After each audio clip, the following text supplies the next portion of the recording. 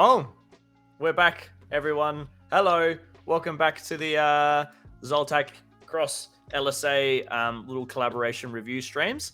Today we're covering and finishing up with the top 10 from ZLTAC 2023. And for those of you that have been paying attention to the posts, you'll know today I'm being joined by Ben Butzer-Baker from Eclipse. How you going, mate? Very well, mate. Thanks for having me. Thank you. And making a yet another appearance on the LSA thing. Welcome back, mate. How are you? Yeah, good to be back. Thank you. No worries. Chat, for those of you that are there, hello.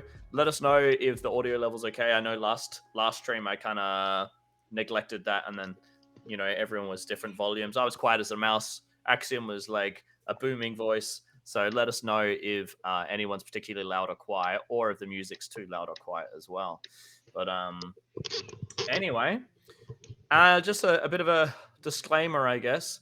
For those of you that have been maybe watching the previous streams, you'll know that the bottom 10 one went for 3.5 hours, and the second one went for 2.5 hours.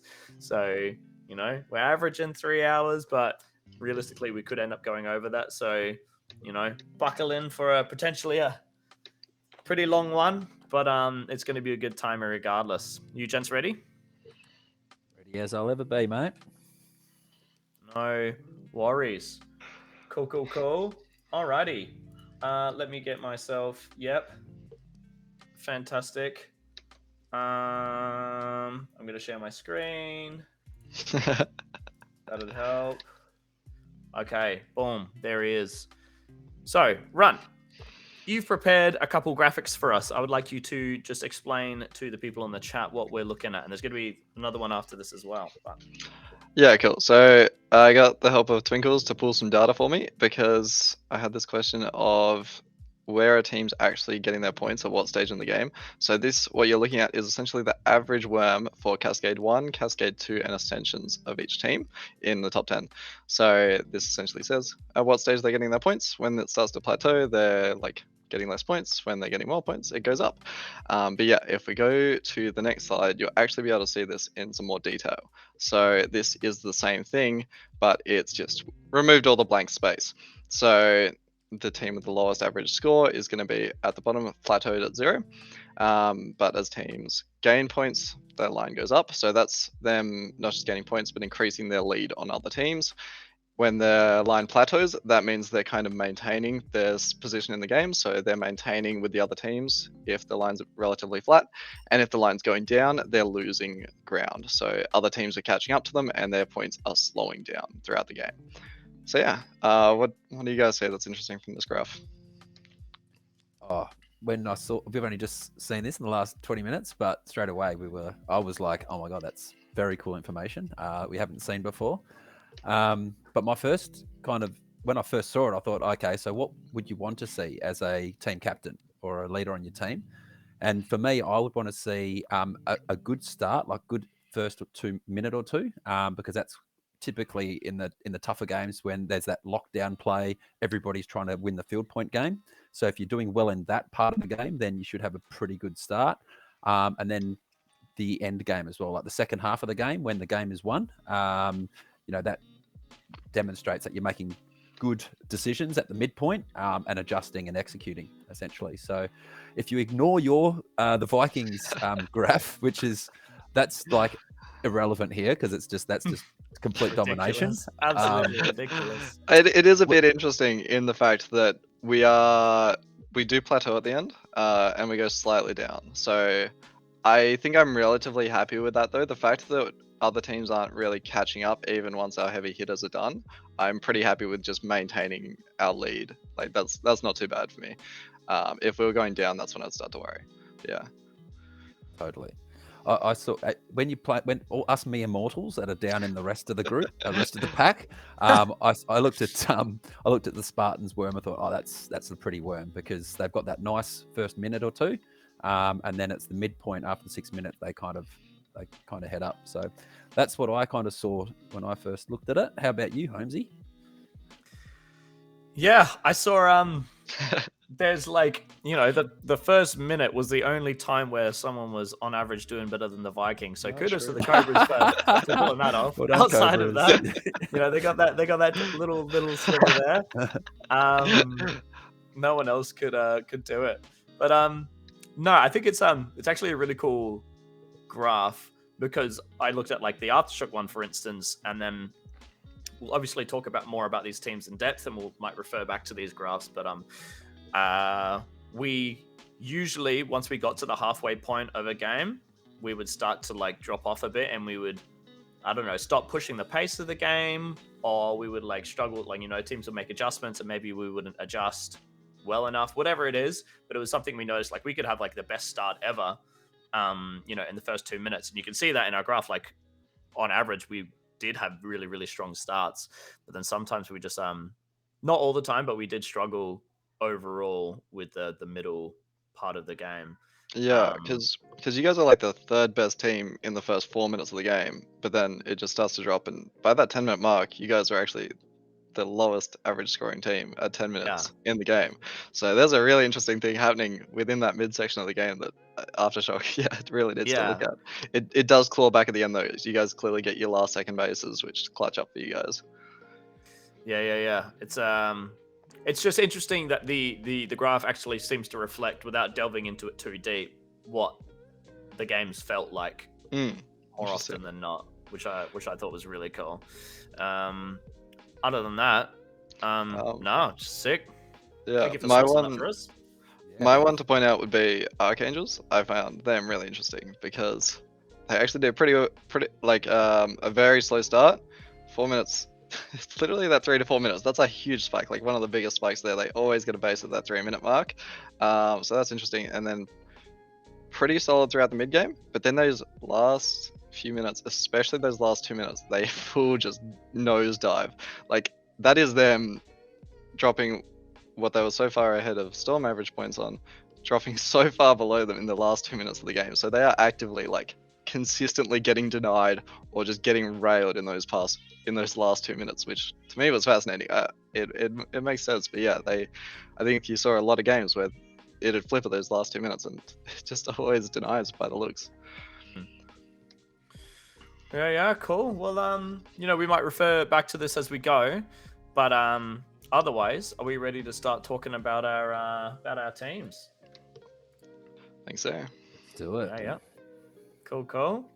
And speaking of, starting off, we have the Hobart Archangels. We had Easy Points, Mantis, Jellyhawk, Sega, Shirikitty, and Villain. That was a sloppy transition. My bad, guys. Next one will be better. You're warmed up now, mate. I'm warmed up. So the Hobart Archangels were predicted 9th place, and they finished in 10th. So they were down 1 on their predictions, and those predictions are the final Laser Sports Academy predictions, not the Sinkless ones. Just so you know. But yeah, Run. Why don't you get us on the topic of Archangels? Tell us a little bit about how the Archangels played, what they did well, and maybe some things they didn't do so well. Maybe that last few minutes of the game.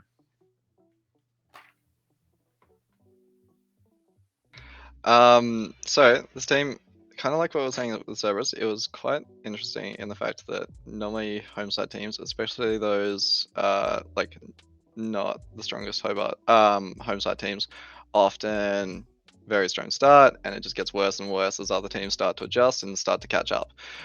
So usually when you're a home side team, it's just a game of trying to maintain that lead throughout the comp. What it was especially interesting and impressive, I thought, from Hobart teams was that wasn't really happening. So they had a relatively weak start, and then like this is just a pretty standard run of like a maybe somewhat inconsistent team where you sort of start maybe worse than you should. You get cascades, get slapped around a little bit, but then you sort of level off where you started, where you're meant to be. But yeah, that kind of shows to me that they're adapting as other teams are, and a lot of the strength might not have been as much home side as people were perhaps predicting throughout the first few pre-nets. So yeah, pretty happy with where those guys ended up. Top 10, that they could have maybe pushed a bit higher, but they would have struggled with just the sheer pack skill that they had. So, and I think it's an interesting point you made. I said this as well when we were talking about Cerberus in the previous stream, where I said pretty much like the same thing. I was like, typically when you've got your home site teams, they'll start super strong and then they'll tend to just taper off as the comp goes, as their home side advantage like wears off because the other teams are like catching up in that sense. But Hobart Cerberus did the same thing where they were less up and down. I'm pretty sure they started Yeah. where they did and they just climbed I up. just full said it, yeah. So that's just I think it's a really, really cool to see a breaking of the mold, so to speak. And then obviously you guys just decided to stay on top for the whole thing, but we'll get to you guys right at the end. Yeah. Well, Butza, did you verse the Archangels much, and did you notice much about strategically how they played and things they did well? Yeah, so just on that thing with them starting quite low and finishing high, if you actually like the round robin ladder between 6th and 12th, there was only 4 points. Oh, so there was damn. actually just they were just amongst a big group of teams that were all around the same level. And even if you look at the Cascade one, they were only a couple of 100 points, like 600 points on average from like being 3 spots lower. So, which would have been their final finishing position. So, might have been is a little bit. It looks like they started really poorly and went really great, but it was actually like just a couple of little results really that were making 4 or 5 spot variations on the ladder, and that was what was happening to that group of teams. That was probably from about 6th to about 12th. They were all about that level. In terms of what I saw in there, I think that graph that you showed before, Ryan, was like really insightful. I feel like just the lack of experience probably cost them in closing games out. Like they knew how to play the arena really well. They had some real weapons on their team, like Jellyhawk getting a 1.43 tag ratio.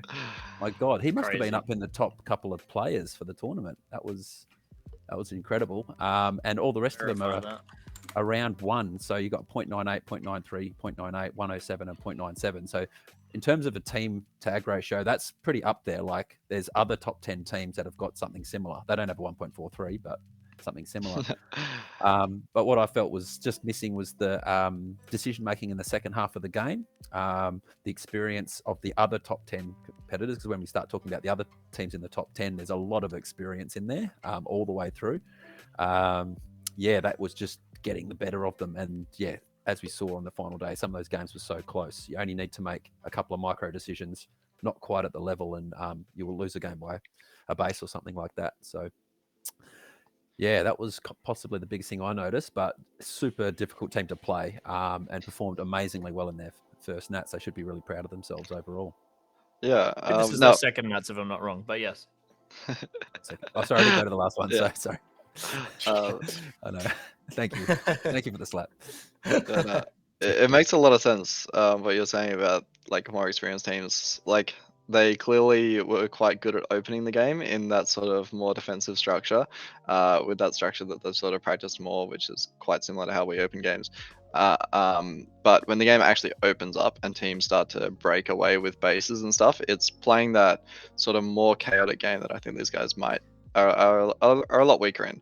It's when you switch to your 2 and your 3 man, your dumps, all that sort of stuff, right towards the end of the game, which is where people are going to be in different positions throughout the game. The game is more dynamic, more complex, and that's where your less experienced players are going to struggle when the game is more complex, and when you can't play throughout habit as much. So yeah, when you play a home maze, you've got a lot of things that you know will happen here and here and here, but when the game opens up more, it's less of those things happening. It's less predictable, so you got to more think on the fly and adapt to that. Something else. The stat spread for this team is quite even. I think we've sort of always said that Archangels is quite a well-balanced team, which is quite a good thing. All their players, well, some may be stronger attackers, a lot of the time they make up for it by being stronger defenders, and it looks like that with the stats, with the exception of Jelly, of course, who everyone finally sees what I've been hyping up from like literally last year. I told you all. So yeah, no, it's quite a well-balanced team with all the players relatively on par. So hopefully they all develop at the same pace, which is what I think we saw them doing throughout the competition, sort of catching other teams up as other teams are learning, and they're learning with them, which is what you really want to see from a newer team. So pretty happy with where these guys are at. Yeah, cool. On the topic of Jellyhawk, he had the 4th highest tag ratio behind Whippet, then Runt, and then Husky. So definitely I mean, this was Jelly Hawk's first nationals, I believe. I don't think he was in Bendigo. So for your first nationals and to be in the have the fourth highest tag ratio of the entire tournament, and also having a super impressive base stat as well. It's not like the guy was just like locked in his base for 12 minutes and then Yeah. he was cracker at that, but then maybe the rest of his skill set wasn't well developed. He obviously was pretty well rounded in that. 1.31 is like one of the higher base stats. So yeah, very impressive. Yeah, it's quite interesting because he'd often, I think, start off as anchor and then just get his bases quite quickly, and by the looks, relatively cleanly, and then just go back to anchoring, which is good for your stats, but it's bloody hard to be an anchor player and be so proficient in just getting a quick base and then dipping back to anchor. Yeah.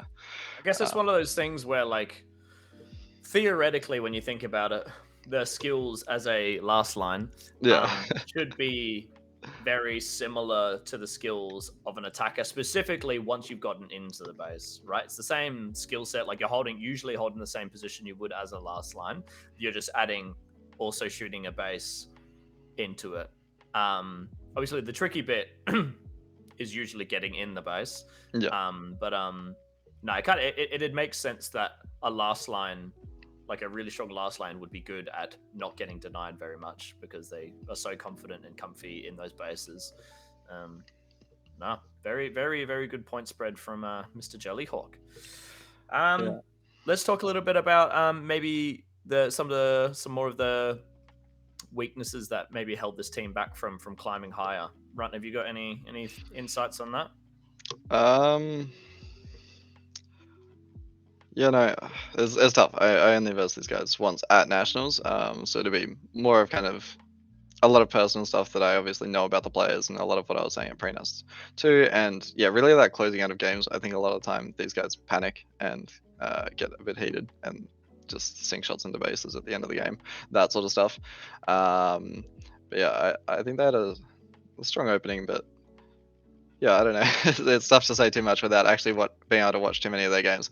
I think that I probably have some stuff for them to improve on, but in terms of base cracking, I think they maybe need to make the move earlier and be a bit more aggressive with those pushes, because we know they can pack point, but I think a lot of the time this team's pack points were down as well. So I think trust and push out a bit more. Like they should know how to. But yeah, I think now that you mentioned that, I remember versing them a couple times at nationals, and so I'd be playing a position where I'm kind of like a fourth defender, but I had the freedom to make runs at a base and stuff to really pull the floaters and the defense back. And I think something I remember noticing with the Archangels is their crunch was really good, but the time it would take them to then break, okay, no one's here, let's push up again, that was seemed almost like timid in a way. A little bit timid and a little bit slow. And it's one of those things where even if it's a difference of like running to that field point spot like super quick versus very carefully walking there, that could be the difference of, depending on how big the arena is, a handful of seconds. And in a handful of seconds you could be getting there's a number of opportunities to get tags that you could have missed out on, right? So I think that'd be something I noticed now that you bring it up, is just it was easy they start to float out and then you just sprint at their base, go right up to the door, take a death, maybe take a double with someone and then reset, and then it will take them a while to then spread out again, which is it's an effective way of dealing with floaty teams that are trying to rely on their field points. It's like, well, you can send one person there to just take a death every now and then and their whole team crunches back, right? So yeah. Baker, did you notice anything, or Butzer?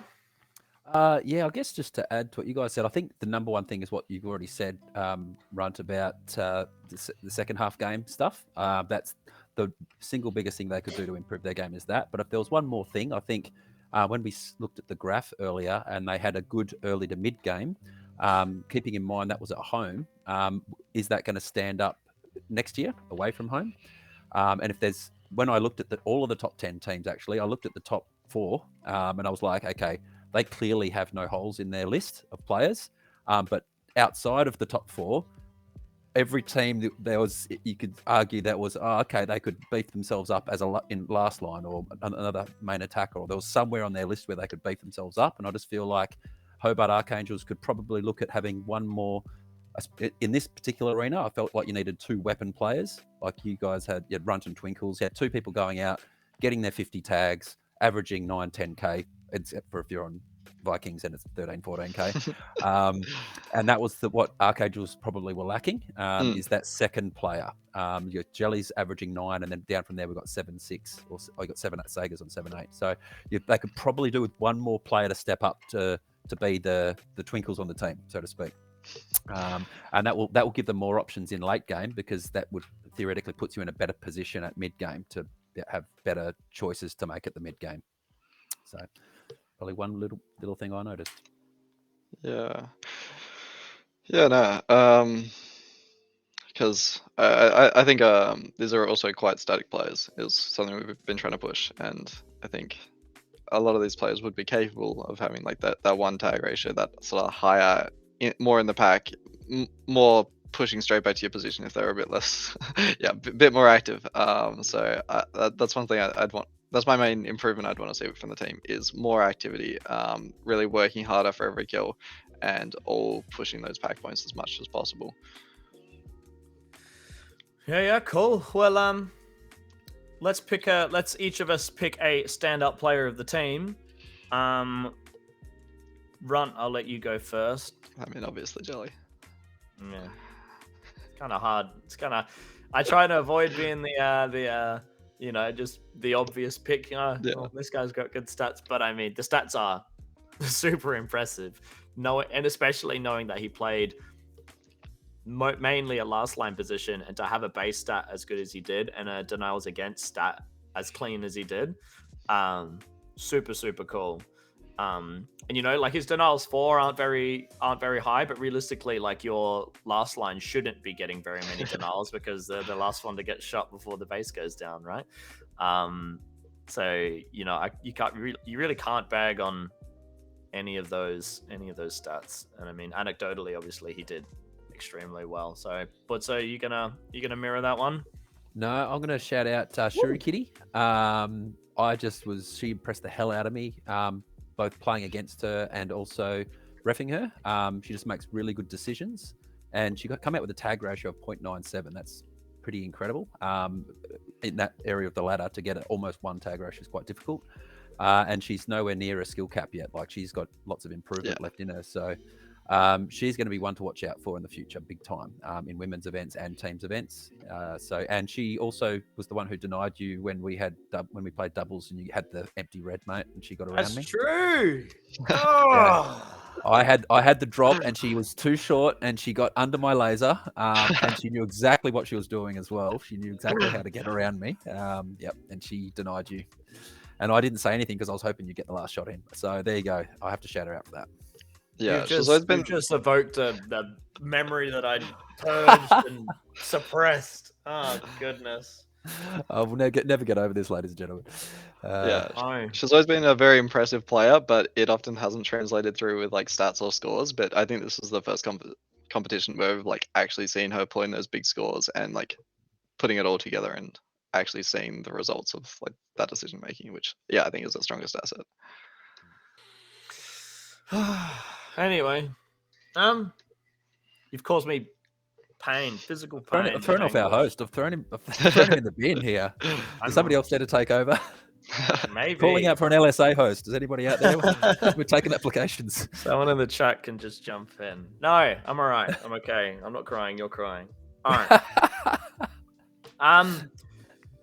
So to wrap up our conversation around the Hobart Archangels, we've said it a couple times, but it seems like the main takeaway for them, assuming that the team sticks together in some kind of a form from this nationals moving into next nationals, is maybe bumping up a bit of that factor, which you really, especially once you're getting to the pointy ends of the tournament, like I think you need to have a little bit of that, because you come against someone that does have that, like psychologically, if you aren't in that kind of like a mindset, there's obviously it manifests in different ways, but that kind of like that, I'm gonna win this damn duel kind of mindset, and you come up against someone that is like super super confident, it becomes really difficult to win those duels. It's a weird little psychological things. I don't know if you guys have encountered it, but like there'll literally be times where like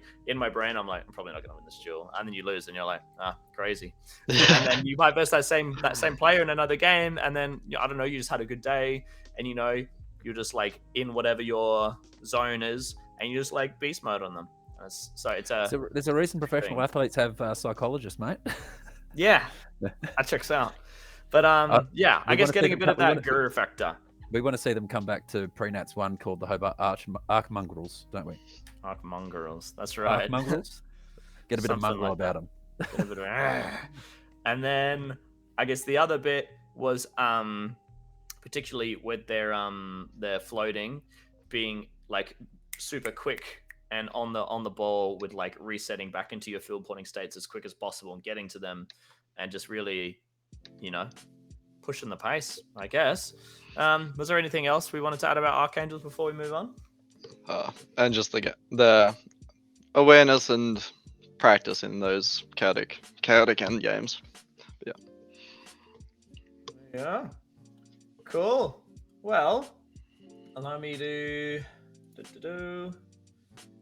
fantastic. I believe I got that right. Yeah. The last 2 streams on each of them, I've accidentally skipped a team and it's been really awkward. So I'm I'm like triple checking that I don't do it this time. I really shouldn't have thrown him off, should I? You shouldn't have. Now I'm all over the shot right now. But anyway, congratulations to the Hobart Archangels. Really strong tournament. And we all really hope to see you back in.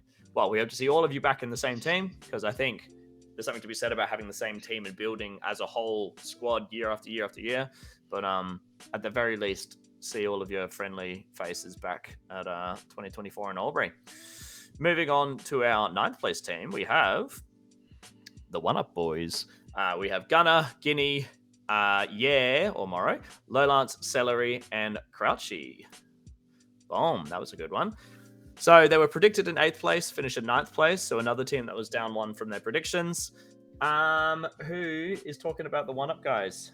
Butzer, I believe this is you, mate. I think it is me, mate. Thank you very much. I was super impressed with how the One Up guys played. Look, they finished in that 6th spot after round robin. That I think we were talking about how round robin to Cascade 1 to 2 to Ascension's results usually go.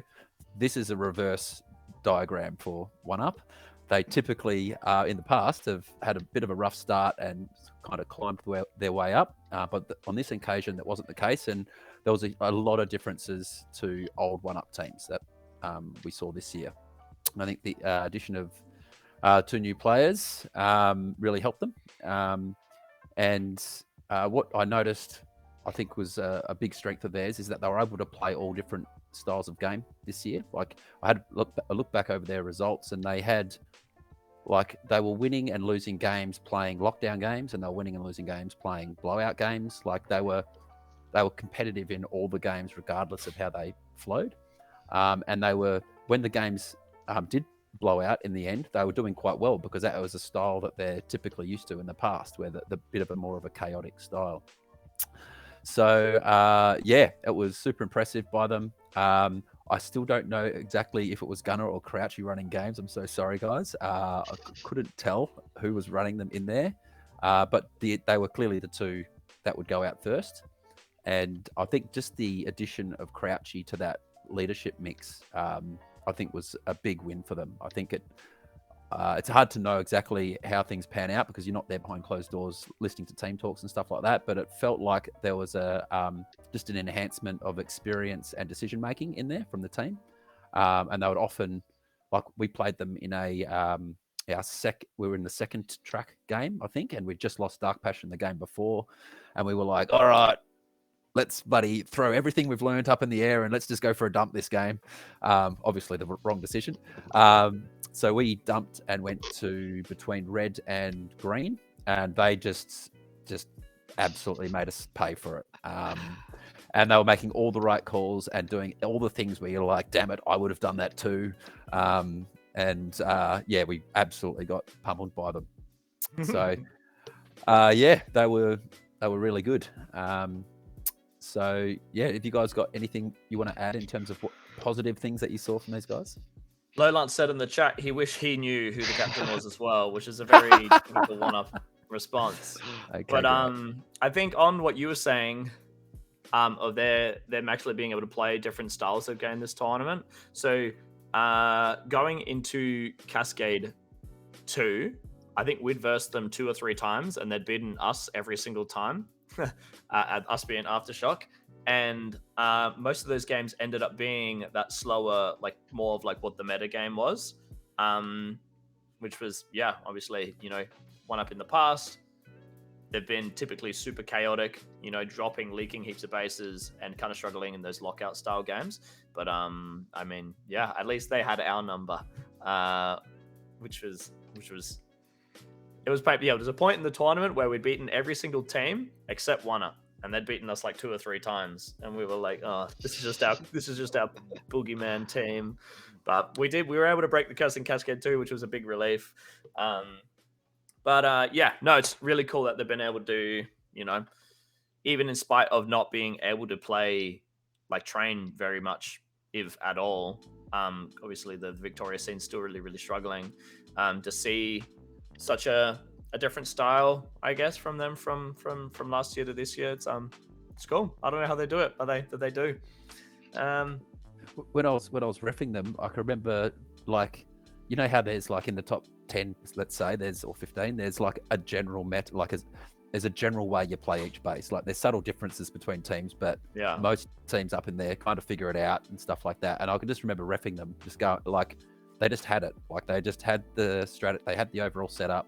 They knew when to push, when to pull, which players are trying to push from green to blue, and how that push works and all that kind of stuff. And they just played really good strategically. That's what I saw.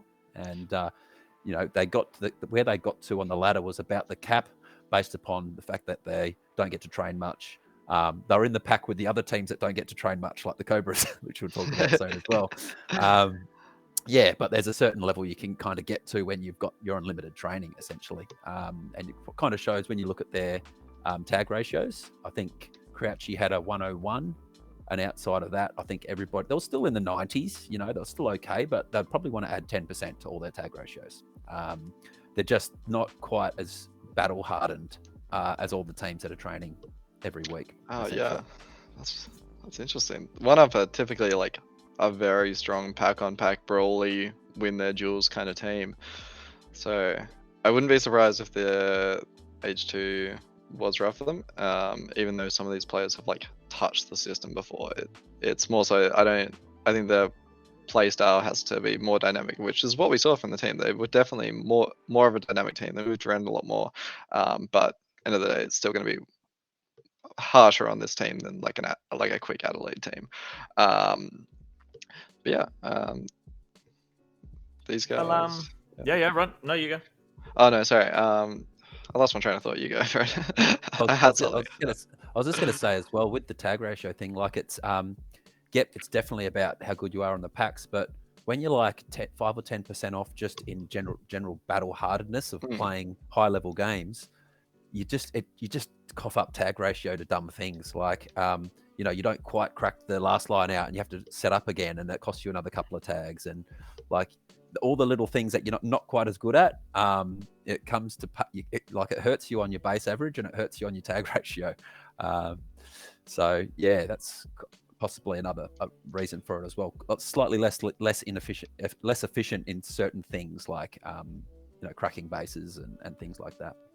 Yeah, something I would say is quite impressive is the fact that these guys didn't perform about where they did last year in their home side.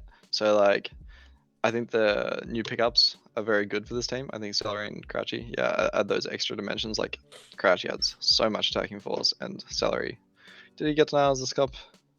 Not as many as the last comp. Yeah, he's not as many as Gunner. Yeah.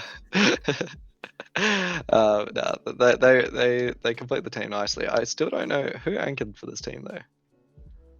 I think it if was it a lands? combination of Guinea or Morrow kind of jumping in. So I remember, so Interesting. pretty much every time we versus one up, they were green, and every time I ref them, they happened to be green as well. But I think for the most part, it would be Guinea in the base.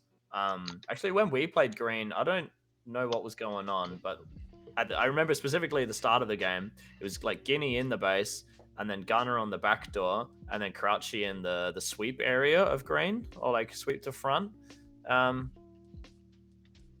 So that's Interesting. now that I think about that, that's totally like not like if you were just to think like where people played, it was whack. But anyway, I think for the most part, Guinea was their last line. But actually, there was a time we versed them when they were red, and we were blue, and Sean and I, or Fuggan and I, attacked them, and it was just Morrow on the back door and Guinea on the front door, and they didn't have anyone in the base, and they were just Interesting. taking duels.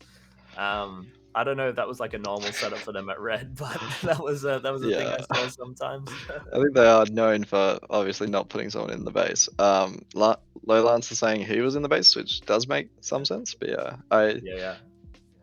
this team Look at the definitely averages. needs. Yeah, Yeah, this team so definitely needs that dedicated player that can comfortably anchor at a lot of different bases. I think that's a very glaring weakness for this team, which is also withholding them from reaching any further. Yeah. yeah, I agree. That was the sure.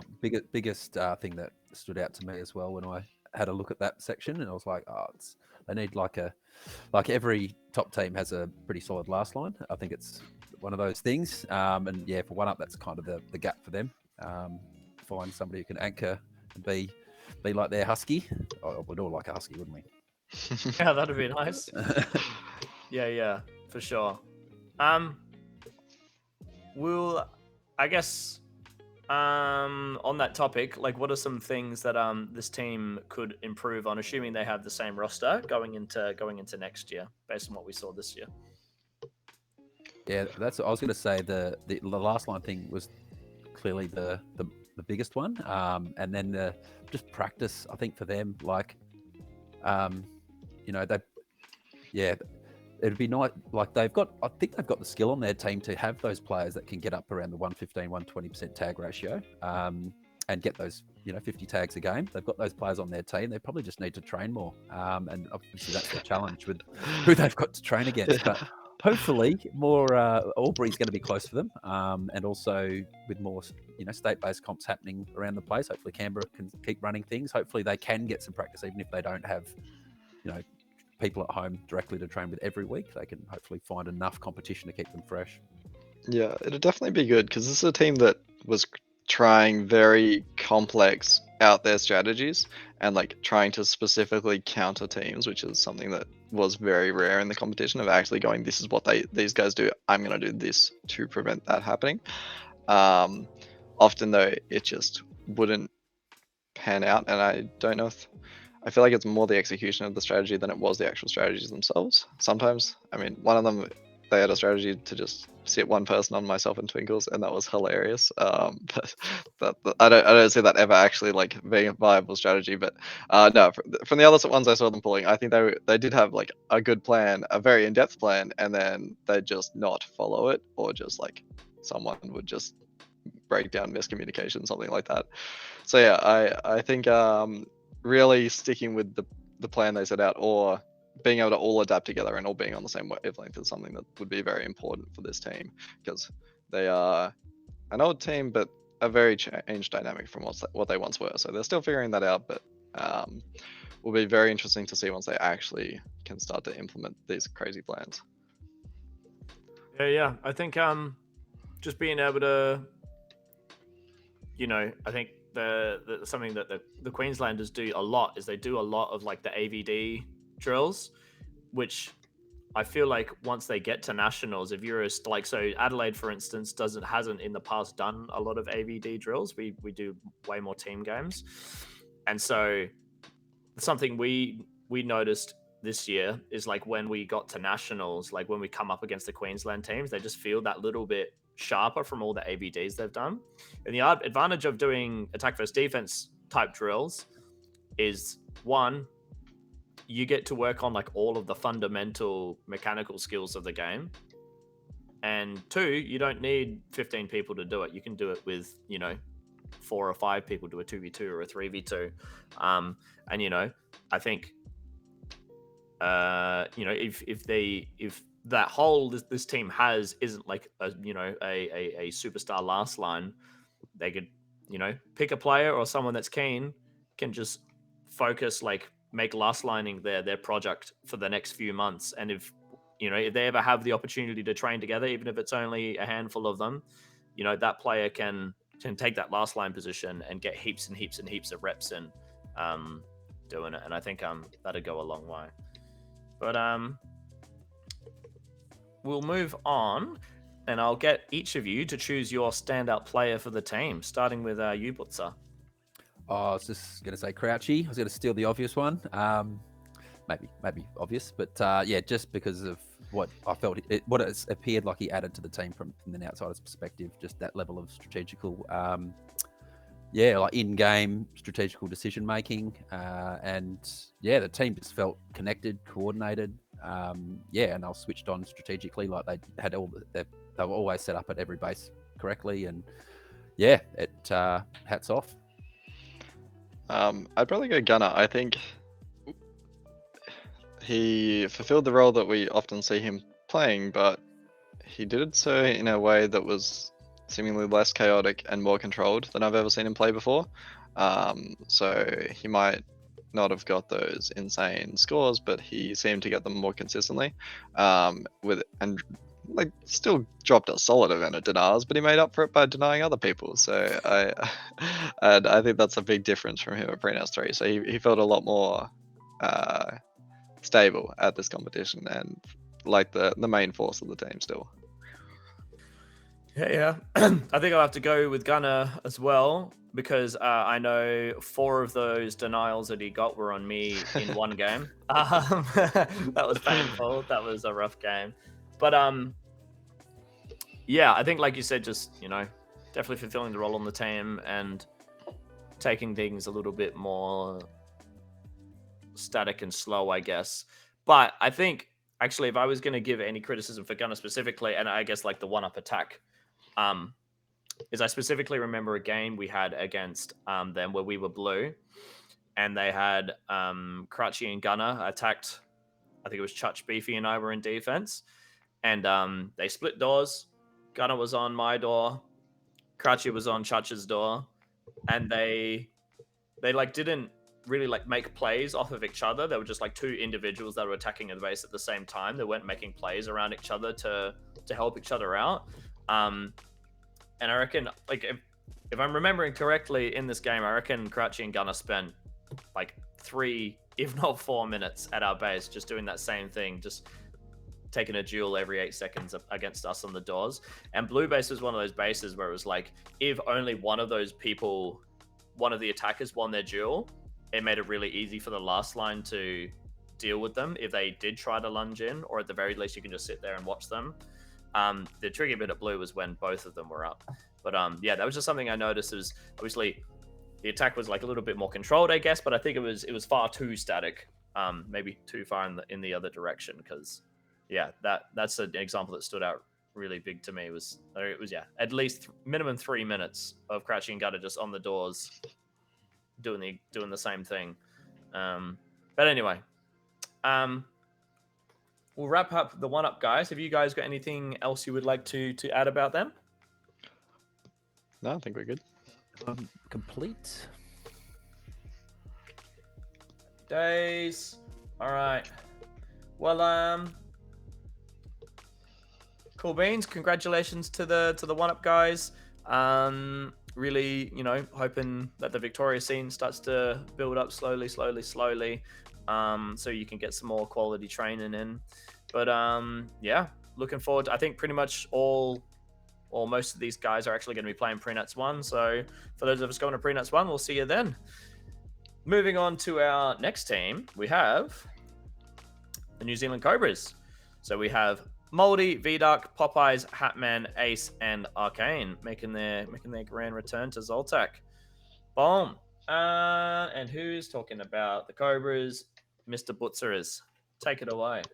Yeah, Cobras. So, firstly, I think their predicted place was probably unrealistic given how long they'd been out. I actually felt like they played really well, even though it might look like they've played terribly after being predicted fourth and finishing eighth. I actually think the prediction of fourth was probably a little bit of a stretch.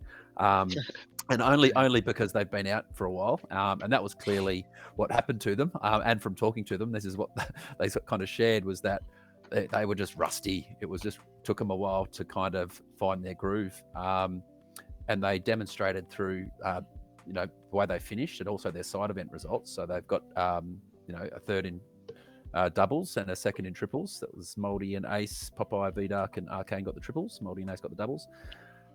So yeah, they were like towards the latter part of the tournament when we started playing those finals, and then of course when we came into Ascensions, they started to blow out the cobwebs and started to find their groove. And just from reffing their games as well towards the end, you could just see their biggest weapon was their experience.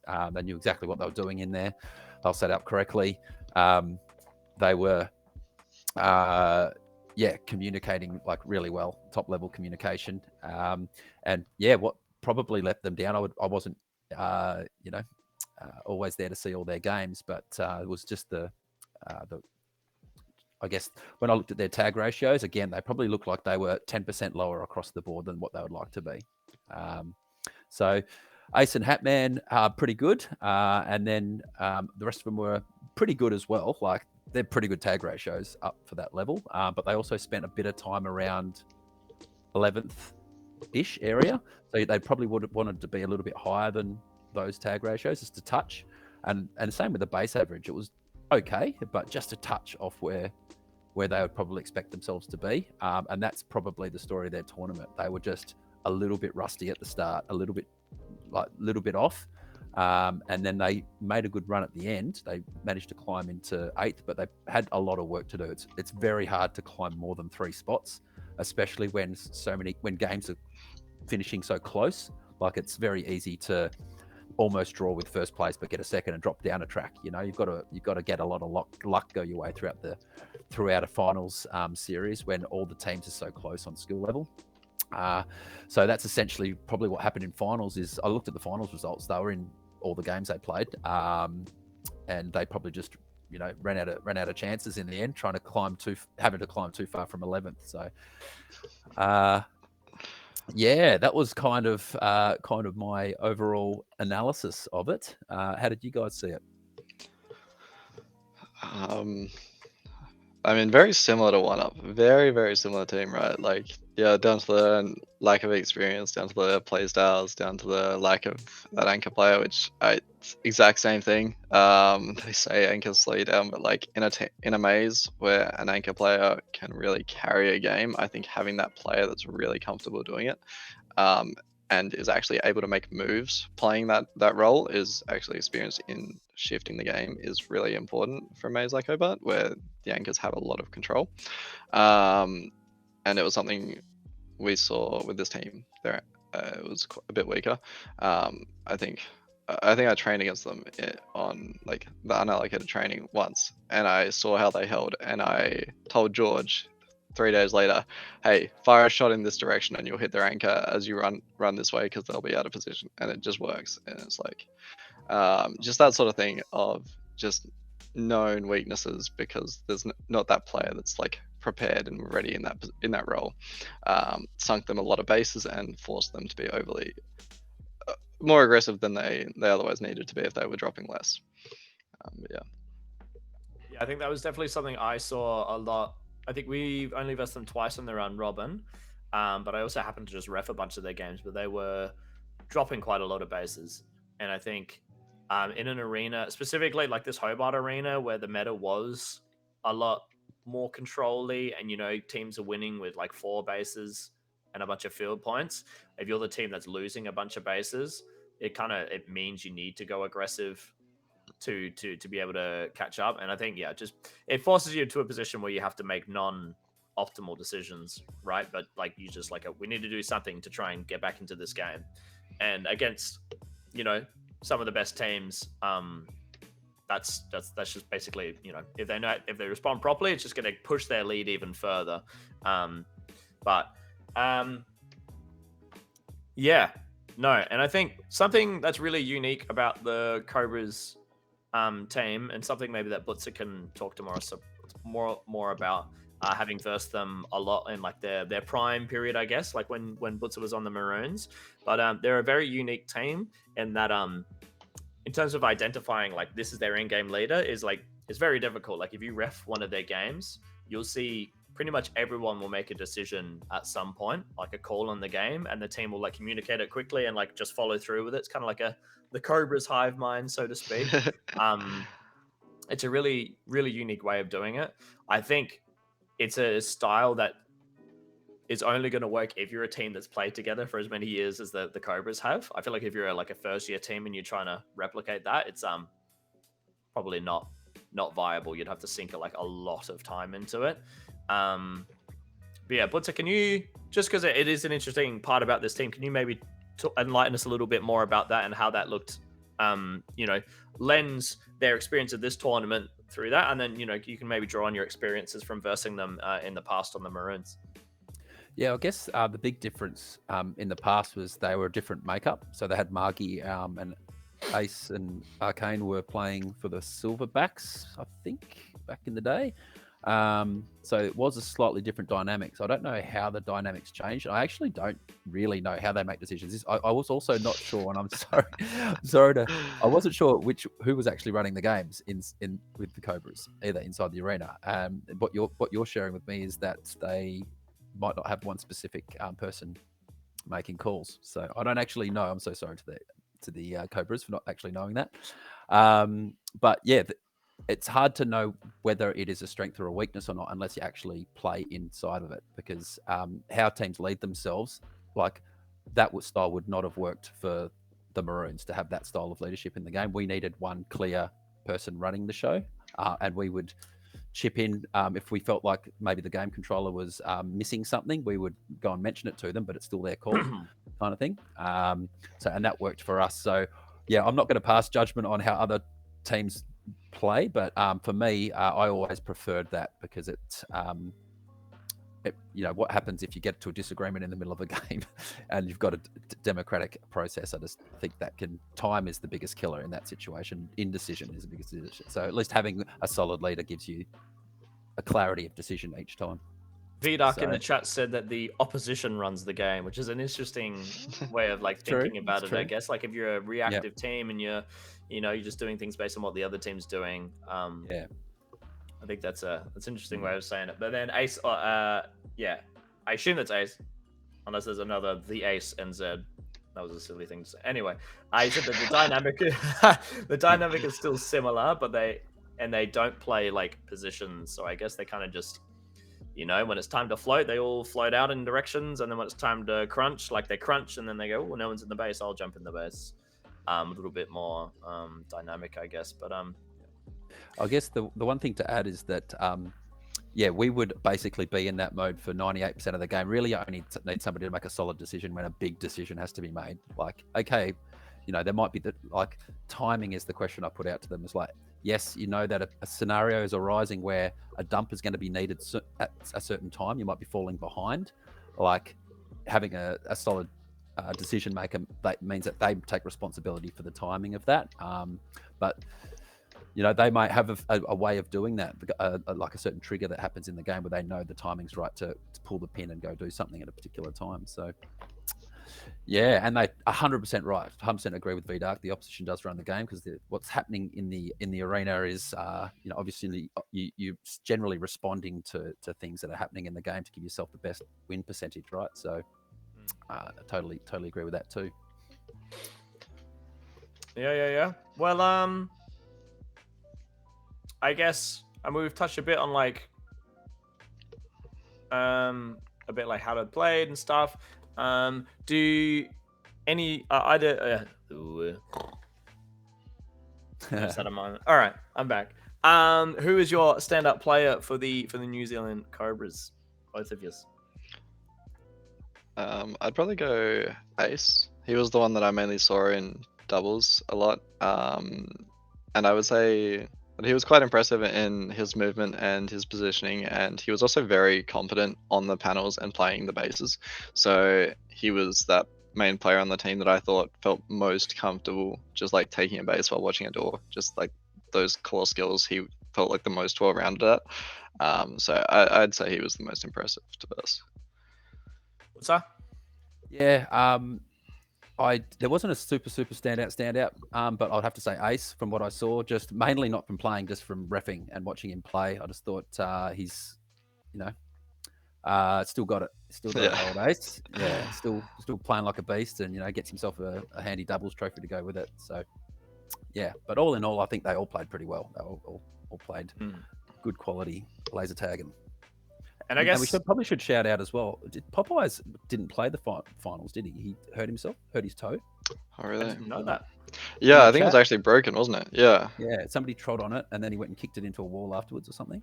So he ended up not playing. So not sure how much that impacted their. Apparently they don't have any spots, so it probably didn't impact at all. But if they had positions, that might have wreaked havoc with their setup. So it can do that when you lose a player, can change things a little bit like that. So anyway, just thought I'd throw that in before we. Yeah. I think I'll also mirror the Ace pick. I'll speak a little bit about why it's maybe hard to pick one for the Cobras, but I think Ace for me on the team has I like that. I like the energy. I was talking a bit before about like having that bit of like a grr, and I feel like the Cobras are all like, obviously they're all super good players, but like their energy in the game can sometimes be almost mute or like neutral, I guess. But Ace is one of the players that can, bring the heat, and he's got a bit of that grr factor, which I think really helps him in coming up against like a defense that's like super solid. I feel like it's a big part of, like I was saying before, this psychology of like helping you win those duels and having that conviction to like, no, I'm going to win this duel right here, and then I'm getting that damn base.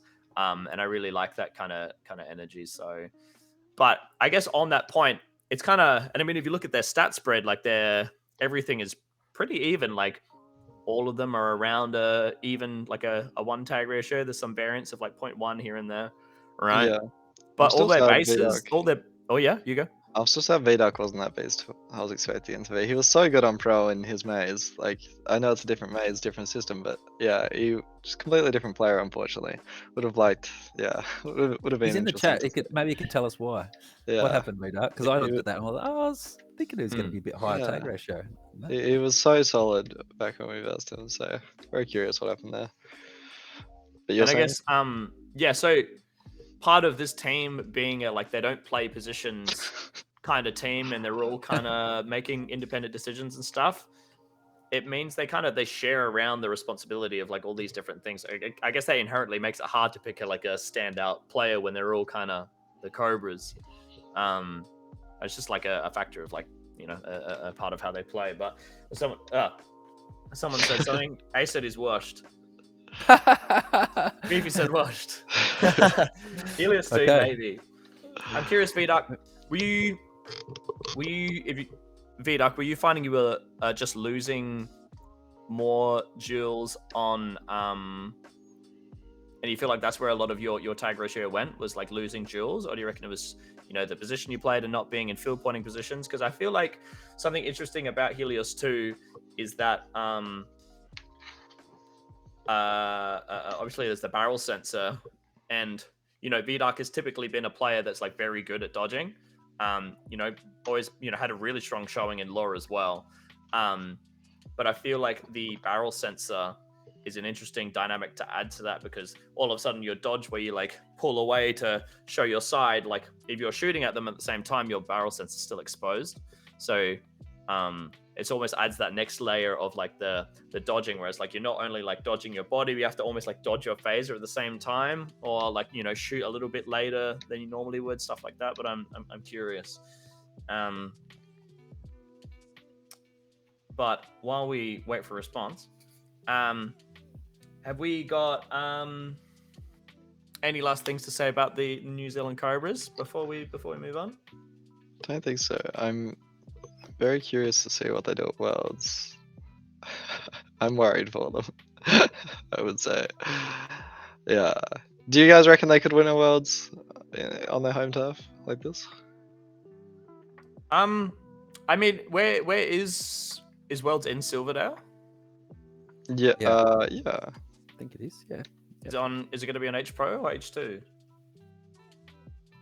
H2. So they'll get to practice it. But yeah.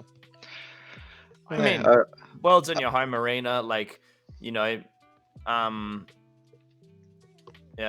sure they're going to be training really hard for it. The New Zealand scene has kind of died off a bit because of COVID. Like, New Zealand got pretty mucked about with COVID laws and stuff, but now they're getting back on their feet. I feel like they're going to make they could definitely win a Worlds for sure.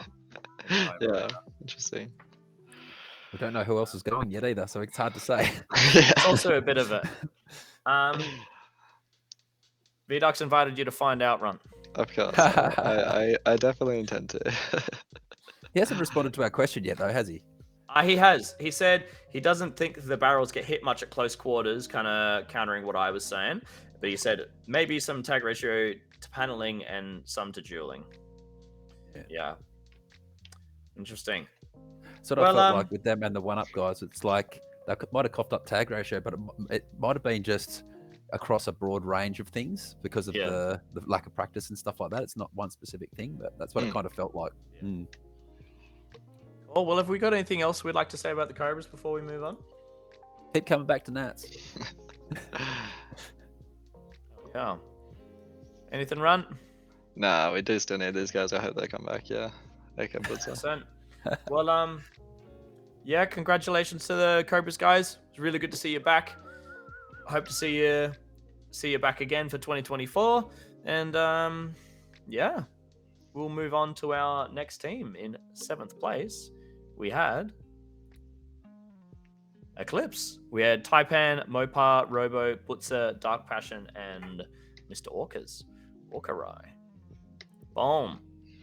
So this team was predicted in 5th place, finished 7th, so down 2 from the predictions. Also, if you haven't been paying attention, the LSA predictions were like the most off they've ever been for this tournament. It was crazy. There was teams that were like 7 to 6 off from their predictions, and most teams are like at minimum like 2 off of their predictions.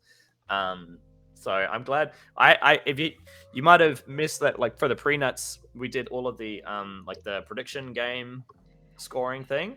I admittedly lost all of the spreadsheet stuff that had like which individuals predicted which for who.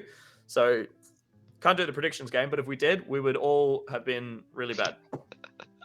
I've got a challenge for you. Can you redo those results, but look at the post Cascade 2 results and not the final results, and see how different it is?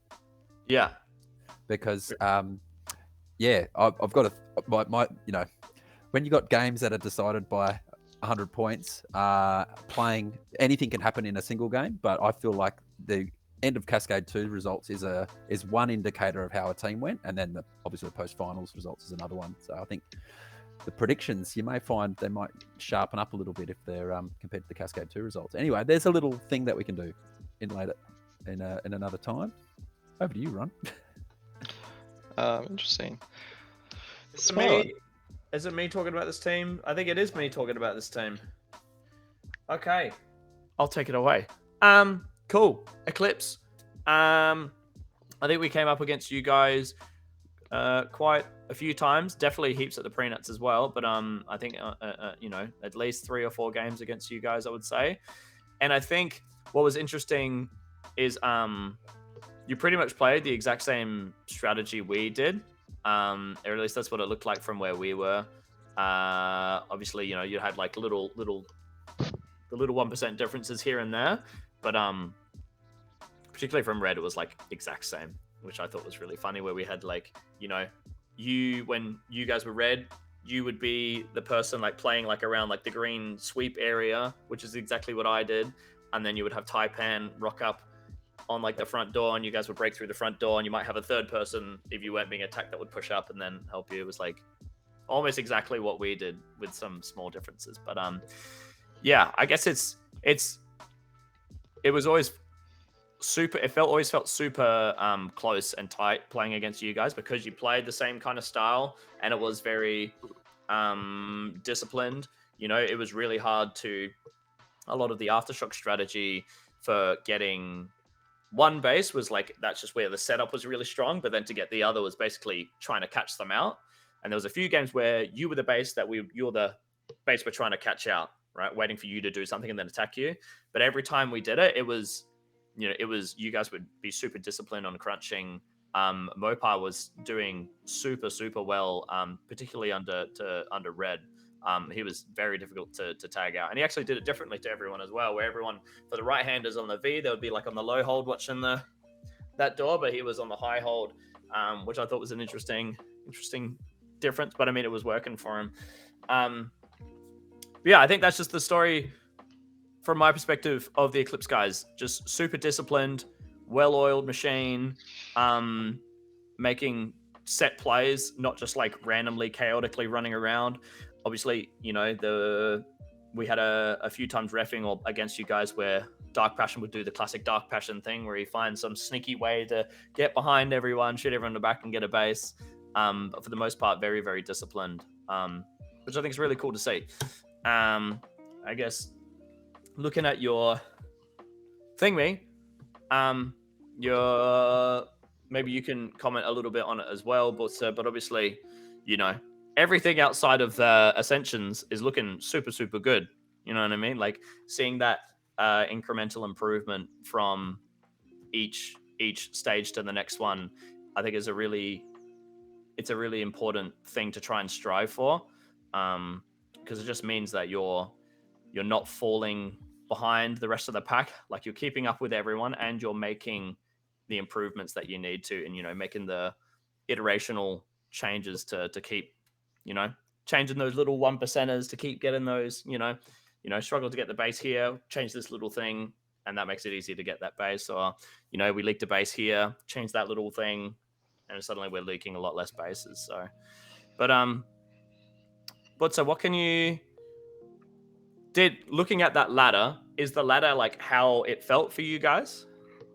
Yeah, so we were a new team. So same thing happened in the round robin that happened at Prenats 3, which was we lacked a bit of consistency. We were still ironing out some things. So we were just in the pack with the rest of that 6 to 12th pack in there somewhere. We were 8th, and then, yeah, we got our stuff together. We climbed up. I think when I looked at the top 10, I kind of, and this is very like big generalizations, but Hobart Vikings were in their own kind of category, in my opinion.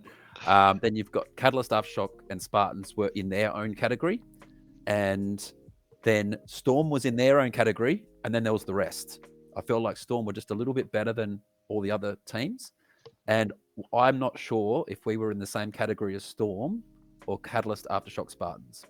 Because what happened is Jesse got injured in the first game of the finals. So we had to play pretty much the whole finals without one of our best players. We still had 5 in there, of course. We had a 6th player, but Jesse's a pretty, like, when you're trying to compete against the best teams, there's a pretty big hole in our roster. And of course, it shifted we did have roles in there, and it shifted everything around. So yeah, we essentially lost the first game. He got injured about halfway through, like properly injured, had to swap into last line and just kind of try not to get shot too much. And then in the second game, we kind of like threw everything out and we're just like, oh shit, we've lost Jesse. Let's just like do something that we haven't done the whole comp and like go and dump and try to get 10 bases. Anyway, we weren't very good at that. Yeah, so we were like third. So we kind of felt like we started finals in the third track. We're like, okay, we've got one chance left, and we went back to a normal strategy, which I think we picked red because we two of us had like an inkling in the morning, like we had a gut feel about red, but we went against it in the first game, went green. Anyway, we chose red, got a win, and then we got knocked out. We probably hit our cap at that point. So definitely, I felt like we were around probably about the 5th best team. Leading into the final, I think that was a fair assessment for us. We would have maybe been able to climb higher, but I didn't feel like from watching you guys. I don't think we were as organised and as good as what you guys were Aftershock, and I think that was probably about our cap at fifth. And then, of course, losing Jesse, it kind of just didn't give us a chance to really test it. Yeah, so we kind of went out. We're probably lucky to hold on to seventh, to be honest. Yeah, we were a bit rattled, and yeah, we managed to get one win, which kept us in that realm, and we finished seventh, essentially. Yeah. Sorry, Beefy's comment earlier was amazing of Butzer joining the team and then calling it a new team, even though they were definitely already team. But no, this team was changes. Yeah, this team was really interesting. You guys were the only Queensland team that really maintained that 3-man attack, is what I saw. So it felt like pre-nats 3.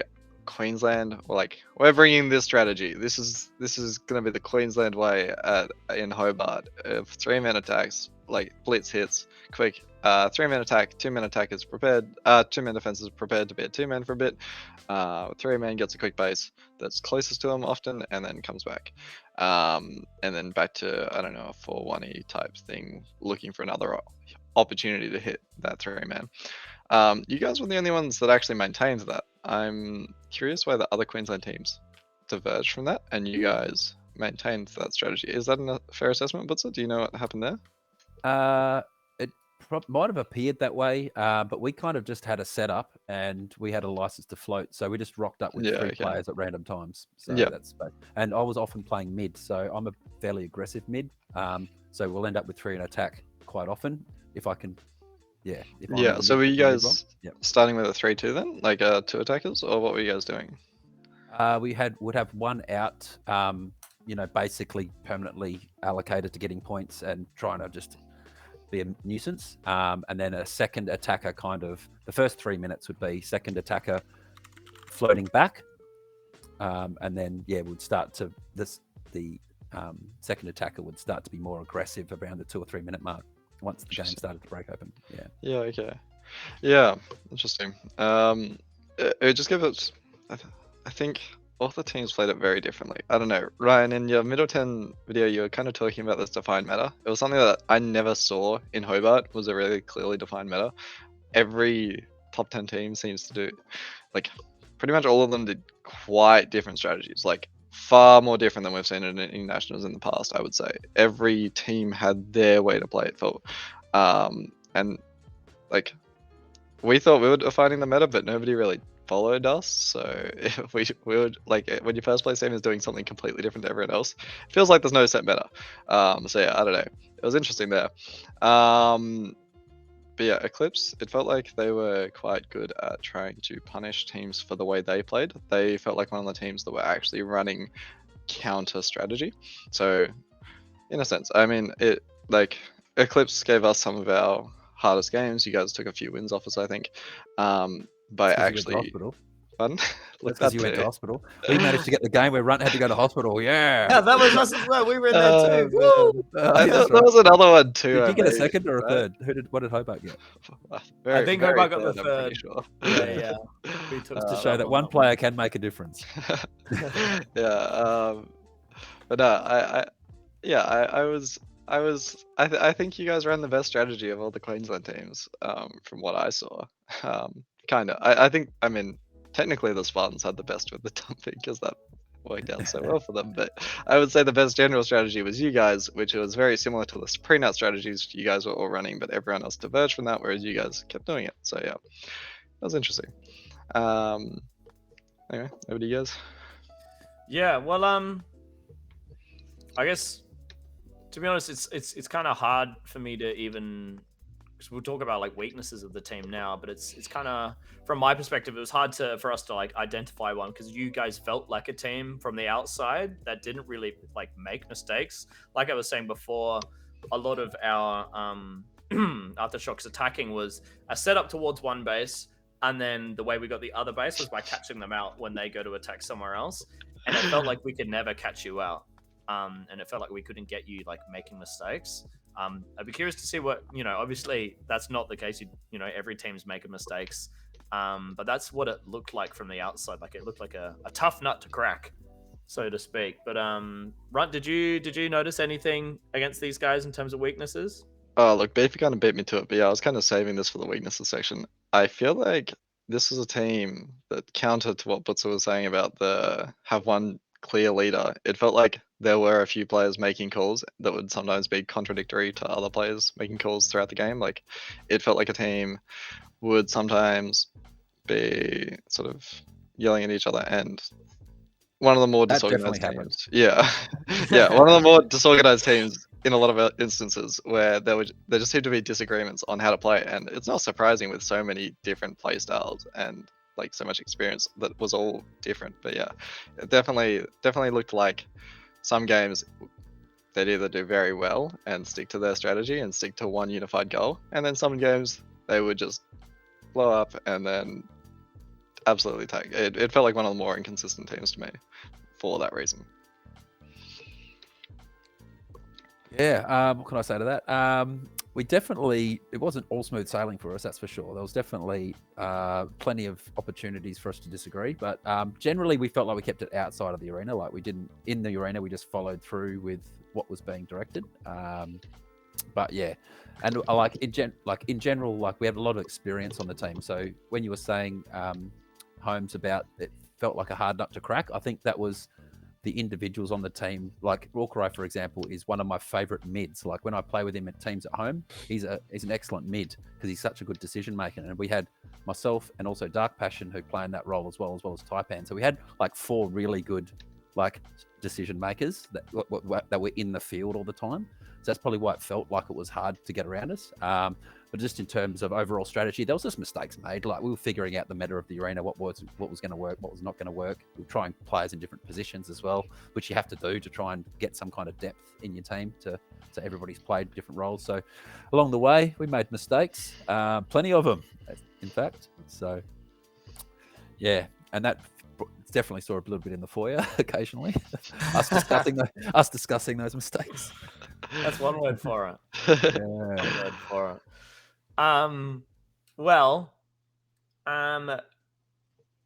Butzer, I'm gonna ask you to do this as well, but let's pick a standout player for the team. I'll go first, and I'm gonna mirror that. I'm gonna pick 2. I'm gonna cheat. I'm gonna pick 2, and I'm gonna choose Walkerai and Mopar. So Mopar for me, he had a 1.228% tag ratio, and he was the last line for you guys. And I feel like it was a really, really strong last line year for Mopar. He just found his groove in these bases, particularly red base. Like, I actually don't remember shooting Mopar out of red base, now that I think about it. So like from my perspective, that was really, really cool to see.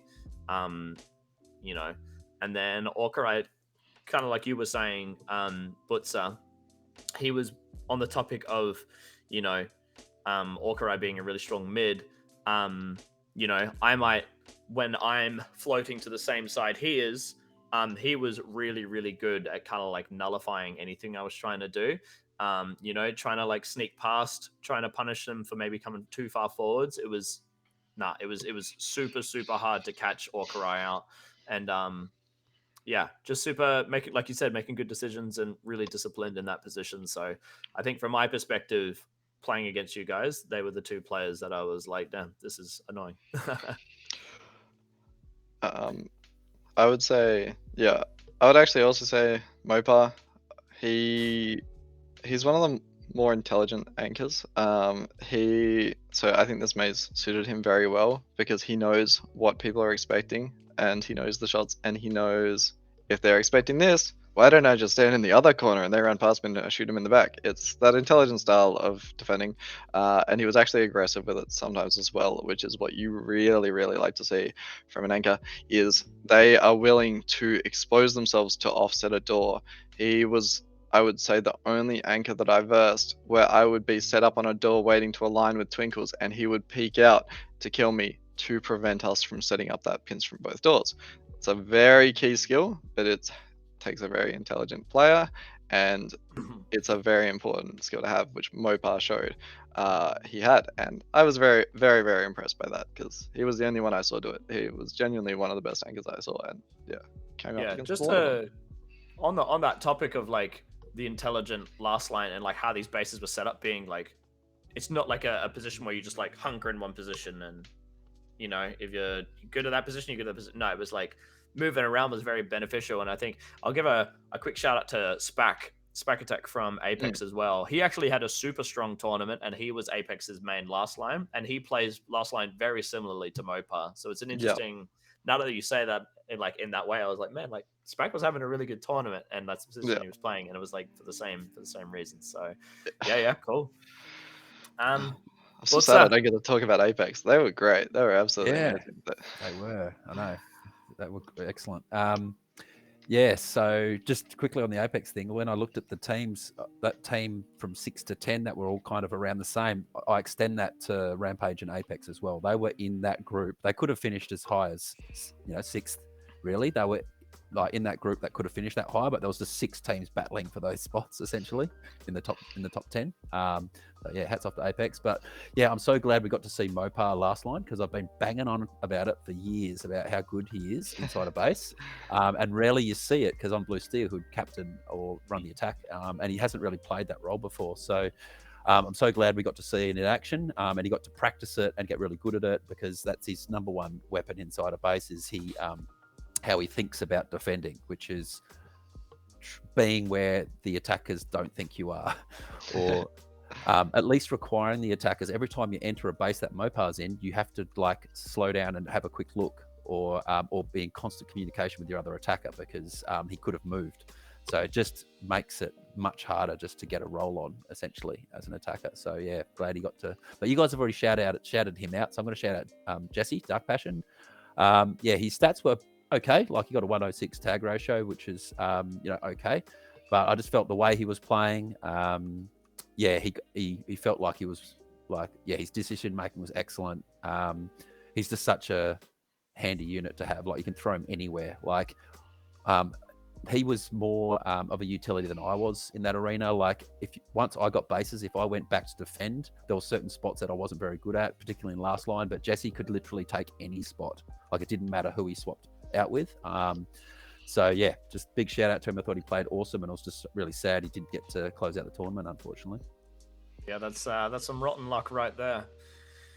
Well, gentlemen, have we got any closing thoughts, closing things to say about Eclipse before we move on to our 6th place team?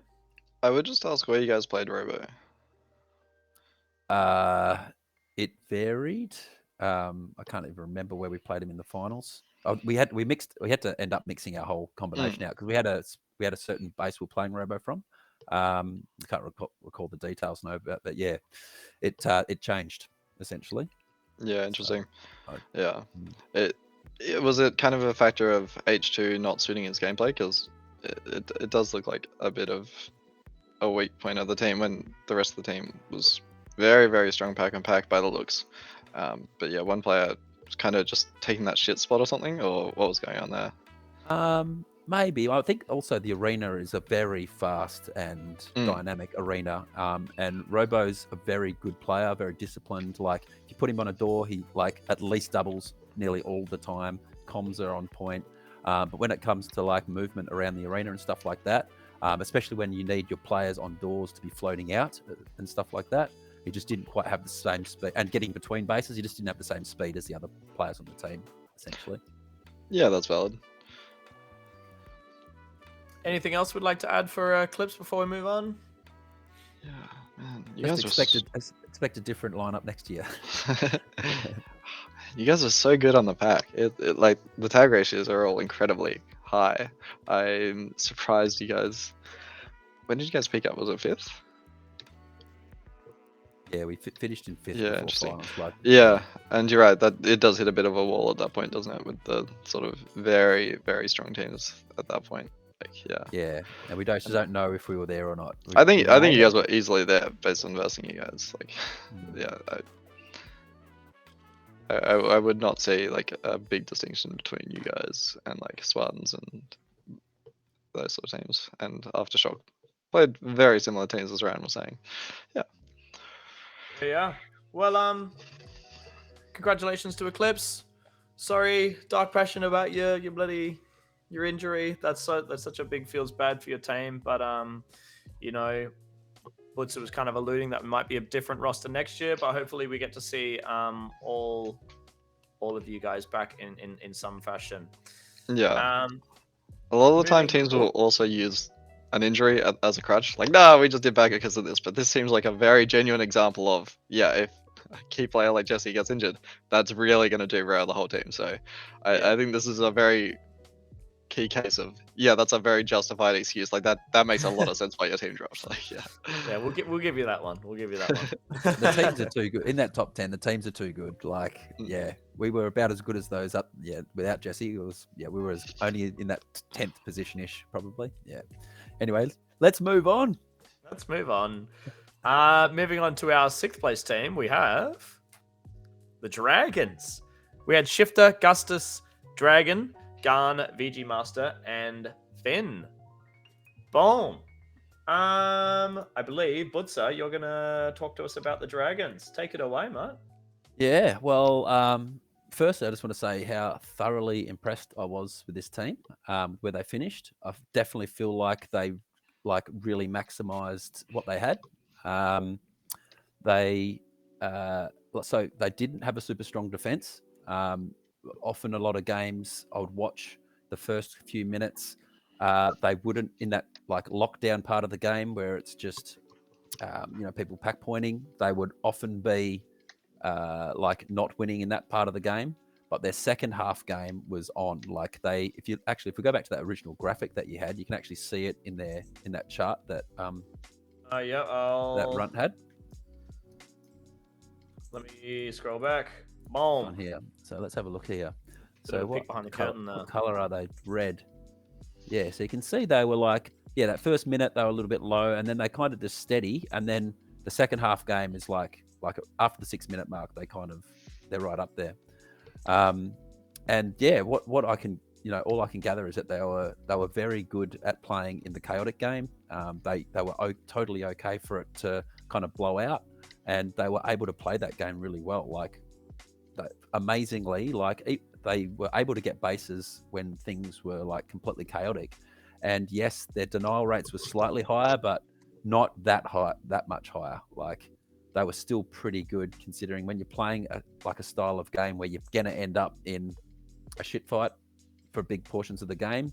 I mean, they had Garn probably got denied a bit, Gustus a little bit, but the other guys like VG Master 0.45, Finn 0.93, a little higher, and then a 0.56 and a 0.56.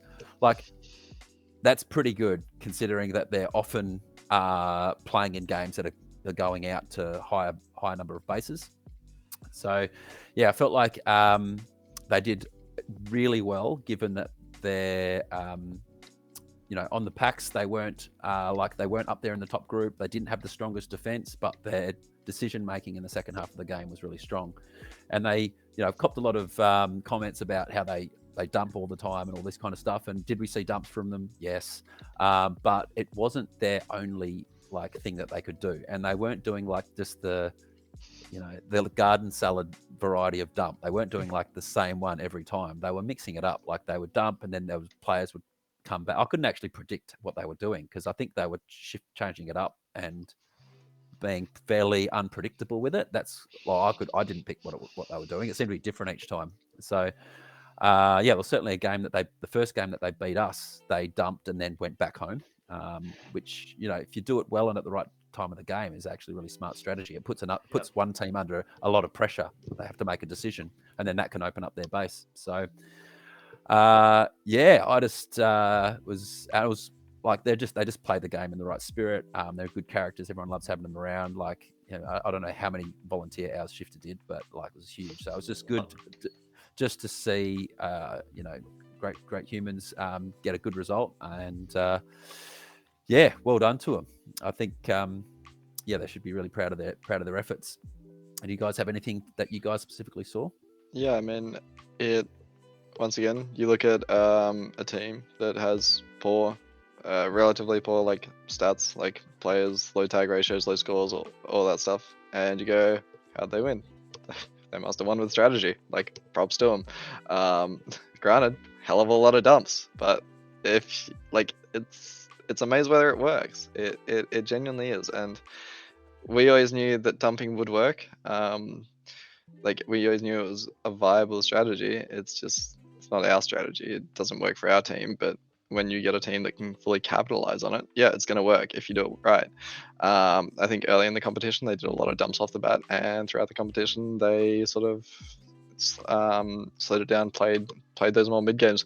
There's more like pack point here and then dump here and then target them when they're weak. That style of dumps, which is gonna play very well into a maze where it's all about control. If you can get into a base and control it when they're weak, you're gonna be able to actually kick them out. So I was bloody shocked to see them in 6th when I rocked up on site. That was sick. But yeah, no, I think they played it very intelligently by the looks and exploited a strategy which other teams for the most part thought would be trash. So props to them. Yeah, I'll look at this one. So they played they played 5 games on the last day, which is a lot of games. My goodness. I think there's something to be said about when dumps happen on, like, you know, Cascade 1, Cascade 2 versus when dumps happen in finals. Because obviously the dump it's an inherently chaotic strategy, right? But when you add like this is now finals day, potentially elimination games and stuff, the extreme pressure of that on one hand, and then the chaotic nature of dumping on the other hand, is it's a pretty damn potent combo.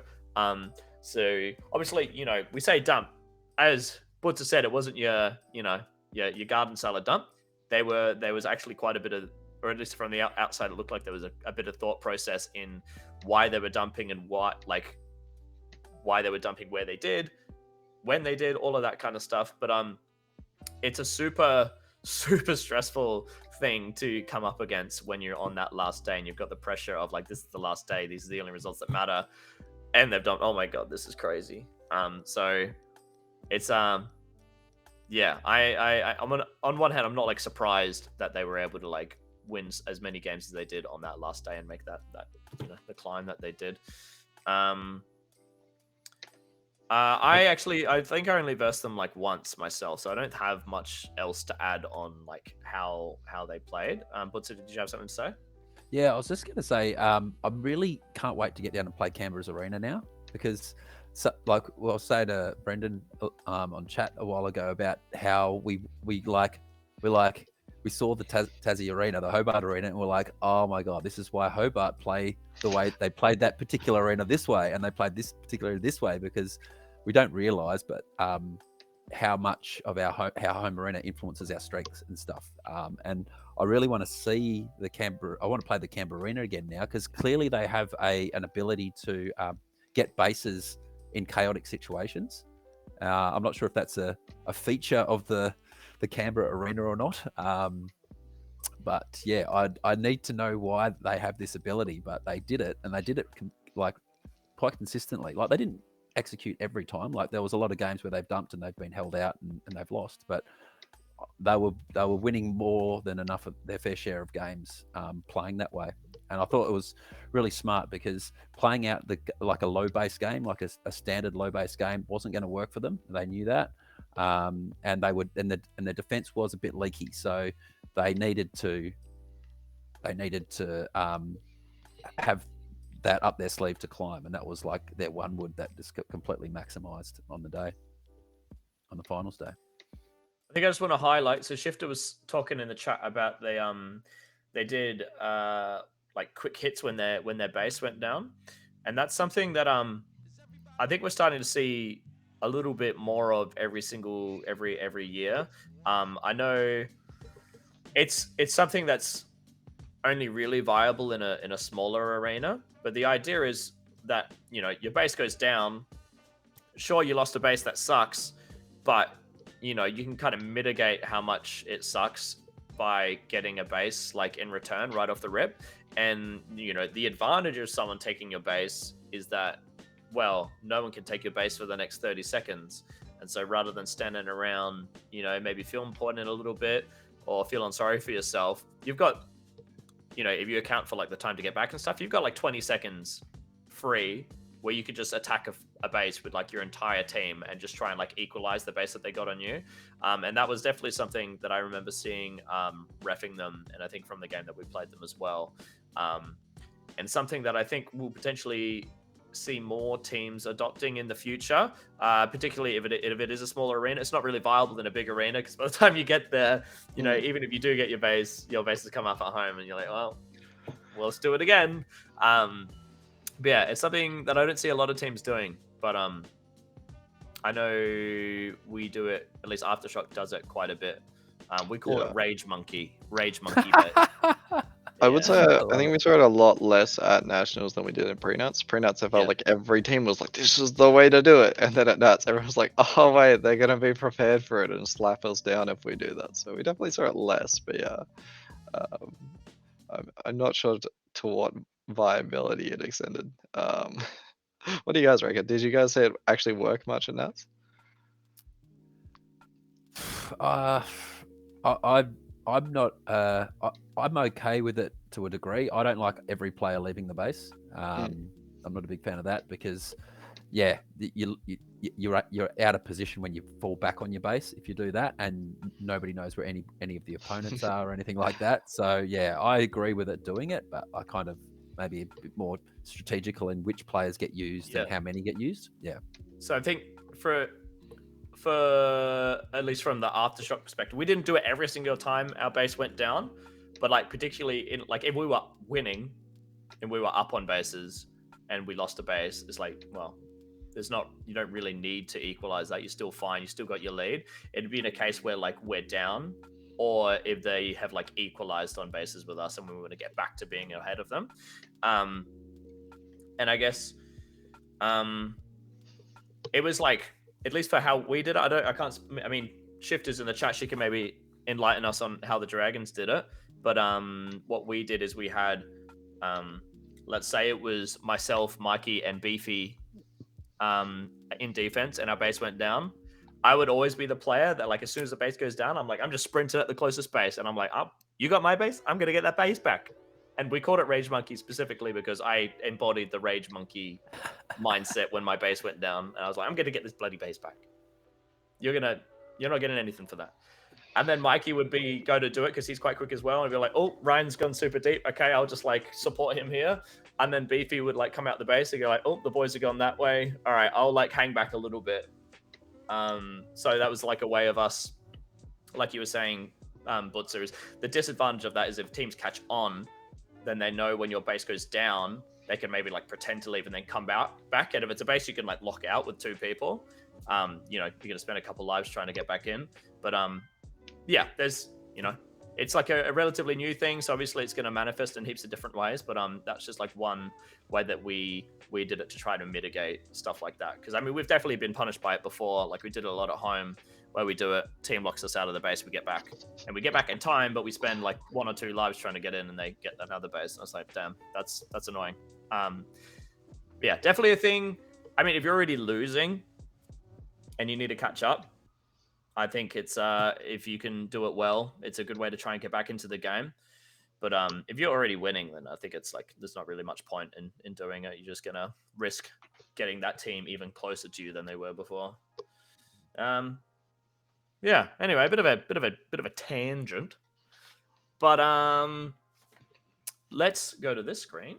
Unless someone has, do you have something to say, Butzer? Did I hear it? No, it was just more of a yeah. Oh, I heard it. Okay. Gentlemen, I'll get you to pick your standout player for the Canberra Dragons. You can start us off, Butzer. Well, I've got 2, but I'll just mention. I'll mention both. Okay, I'll mention both. First one was Shifter. I just thought like a 101 tag ratio from like Shifter. How many years has she been playing Nats now?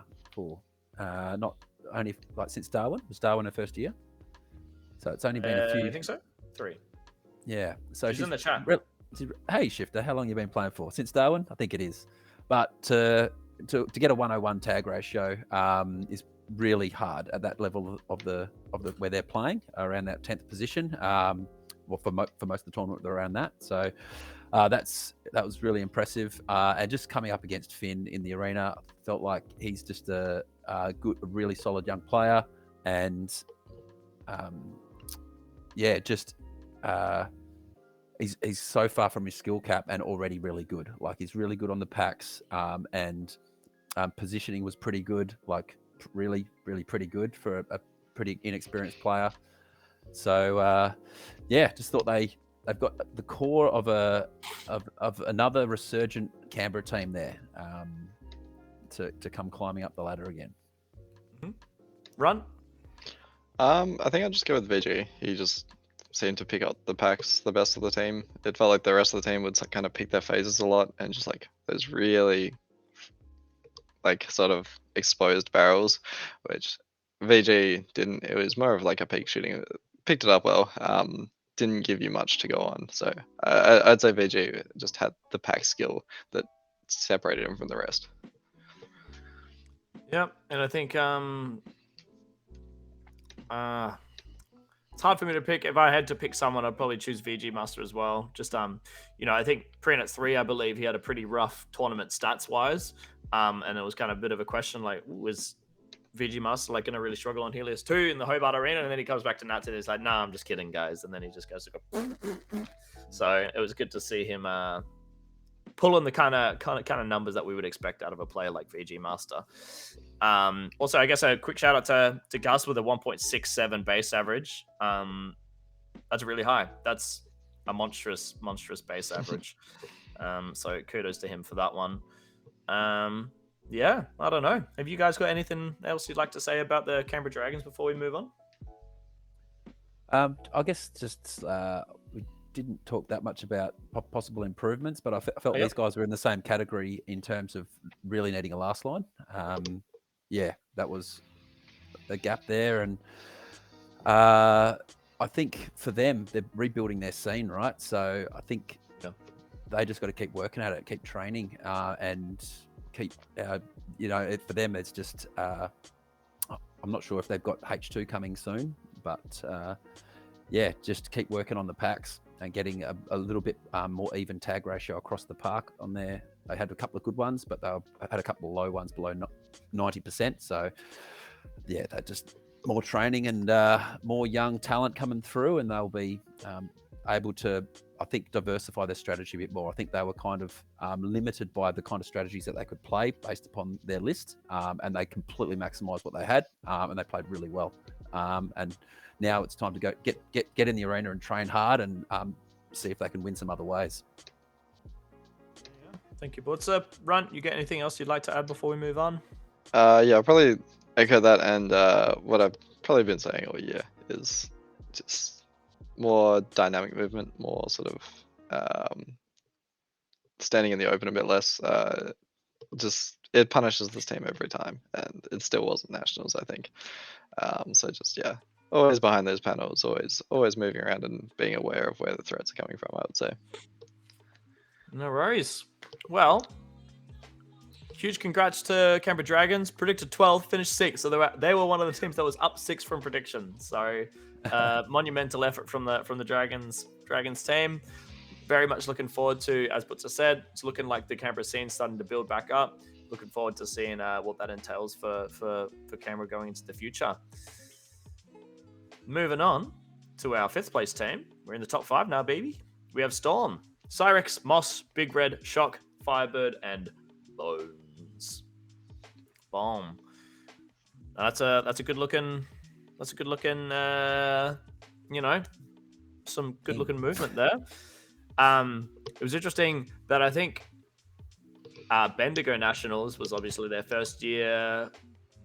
I mean, I guess they played the Rumble as well in some fashion. I can't remember how similar the Rumble team was to Bendigo team. But what was interesting looking at their thing from Nats is I feel like I remember their placement on the ladder didn't really move much. Maybe I'm thinking pre-nuts. I think I'm thinking one of the Hobart pre-nuts, but they pretty much stayed like exactly where they were on the ladder the whole tournament.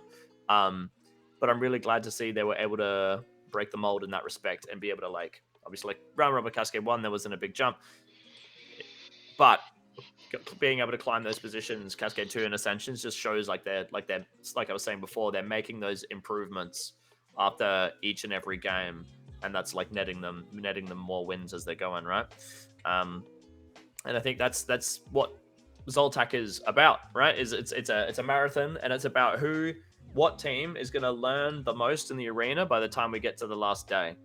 And I think that's a lot of what the game is, especially at the pointy end of the tournament. And they came real close. I think they were in one golden game. Yeah, I think it was one. Yep. So, they've scraped those golden games. They keep the same roster or pretty similar. I wouldn't be surprised to see them definitely like making a strong showing in more than one golden game going into Albury Nuts. But alas, this is my team to talk about. We versed them quite a bit from memory. Basic rundown is, they had Firebird and Shock. I think it was Shock. Yeah, Firebird and Shock were the ones like going out first. Firebird was their in-game lead attacker. Shock was kind of the opening batsman with a whopping 1.71 base average, which was ridiculous. I believe if I go to over here, yeah, Shock had the 4th highest base average behind Tiger, Twinkles, and Runt. So the 3 home team boys. So massive kudos to Shock. He was getting them bases and he was shooting them bases, and he wasn't even getting denied like that much. Like usually with the players we see with a base average that high, like their denial average on them will be at least 1, maybe a bit more. Right, miss every shot you don't take, as I keep saying. But relatively cleanly. And then just another very disciplined team that can be difficult to catch them out, I guess. They're obviously Cyrex is known as one of the players, like one of the most well-studied players we have in the scene at the moment. Like watches so much VOD footage and stuff and thinks about the game and so deeply. I'm sure I've heard her and Mad Cans will have like mind melding sessions for hours about talking about laser tag, and they just cook up the most, crazy stuff, the most awesome stuff. But just kind of like Eclipse in the sense that they felt really hard to punish and catch out, and they just had a super strong opening attack in Firebird and Shock, which did them dividends. And then another shout out, Moss was their main last line with a tag ratio of 1.3. Very, very respectable tag ratio for a last line, especially at this end of the tournament. He's obviously done an amazing job. And I think it's one of those teams when you look at it and they've got all of the positions filled very nicely, I think. And they've obviously got their players that are like much better in certain positions, like Moss in the last line, Shock in the attack and stuff. But I feel like they were all able to, they've all, outside of Cyrex, they all have a base average above 1. Their denials against are all like especially for Moss and Bones are like pretty good. Just well-rounded, everyone's able to do other positions and stuff. And I don't know. Do you guys have anything you'd like to add about how Storm played and what they did well? I probably have quite a bit because I think I've probably misspoke earlier when I said Eclipse had the best strategy of any Queensland team. I do kind of think it was this team. I forgot about Storm as part of it because I think what we were expecting to happen was every pre-nats we would show the other teams the meta of the maze, which is what normally happens with homeside teams. They show every other team the meta of the maze, and how we play it is probably quite an effective way to play it. That didn't happen in Hobart, and I would say the only other team that actually played our strategy similarly would be these guys. So while Firebird and Shock were the first ones out, they played a very similar role to Twinkles and myself. The meta, I would say, for Hobart isn't quite what everyone else was saying it was. To me, the meta was always maze control. It's a small maze where you can see the majority of it if you play it right. This was the only team out of Hobart teams that tried to play that maze control and actually control the majority of the maze. And and when you can control the majority of the maze, you can lock down games. And that's what these guys were able to do. They weren't really hitting those like 2-minute attacks early or anything. Shock was just like sent to a base alone to slow down the game, get pack points, and grind down the game. Similar to Firebird, but a bit more aggressive on his side, I would say. He probably goes to the closer base. So yeah, these guys played the meta of the maze as we saw it, kind of, which was that maze control. And Shock was very effective, and Firebird were very effective at playing those two leading positions. They got really good pack points, they kept their tag ratio high, and they were able to solo bases. And I think Moss complemented them very well on the anchor, not dropping those easy bases to make sure that the game is locked down as they like it. Quite interesting that though, sometimes that wouldn't be enough. And when the game was forced open, often by teams that they forced to break it open, they were really good at finishing the game off. We saw in the graphic earlier, they had the lowest average score all the way up until like the 10-minute mark. But at that 10-minute mark, they're getting those final bases to send them over the line once the other teams have just broken up and are trying to catch up in the game, where these guys are going to be ahead on pack points and ahead on bases. Or even sometimes not ahead on bases, just ahead from grinding down the game. And that's why I think their base averages are surprisingly high, because they're so good at finishing off the game once it breaks out as well. Just really sending those 2 or 3 man attacks once their heavy hitters are done, just to finish it off. Once the other teams, they've forced to play chaotic and forced to make mistakes, and then their weaker attackers are able to hit those when they've been forced into a state of disarray. So yeah, I was very impressed by this team. I think Cyrix does a great job to kind of take the backseat. She sits a lot of games and she really coaches the team, and I think that's an amazing thing to be able to do, is just step back and just focus on helping the team reach their potential. And these guys are amazing. They made us sweat probably more than some of the other top teams. Like, our games against these guys, can't speak highly of them enough. Probably one of the teams I would have very few negative comments to say about. Yeah. So, Yeah. what do you got to say? Oh, I think there's two. I agree with everything you just said, Brendan. And there's two things that happened for me that I think were significant for them too. First one was Firebird played significantly better than he did at Prenats 3, and that impacted the result a lot because he's such a main player on that team. I'm not sure what it was, but yeah, his tag ratio is much better, and he just played better.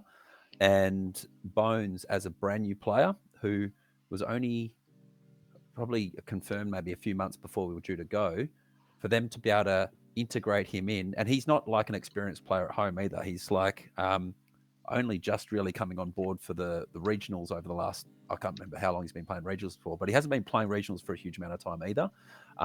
To get a 99% tag ratio out of a player with that level of experience, and he's got a base average of over 1, so they're not hiding him somewhere in defense and not playing him properly. They're actually utilizing him as a player on the team to do everything that everybody else is doing.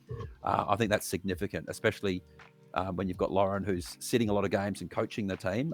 It would have provided her with a huge amount of confidence to have Bones performing at that level. So I think that had a huge impact on their final result as well. Yeah, kudos. Well, Runt, you were kind of saying you struggled to have anything negative to say about this team. Butcher, have you got any definitely potential witnesses for this team? You know Okay, me. yeah, take it away. Take it away. Yeah, I think they kind of didn't reach their potential on the last day. I think these guys could have pushed further. I think their strategy was perfectly aligned to punish those other teams in the late stage games where those lockdown games are happening more frequently.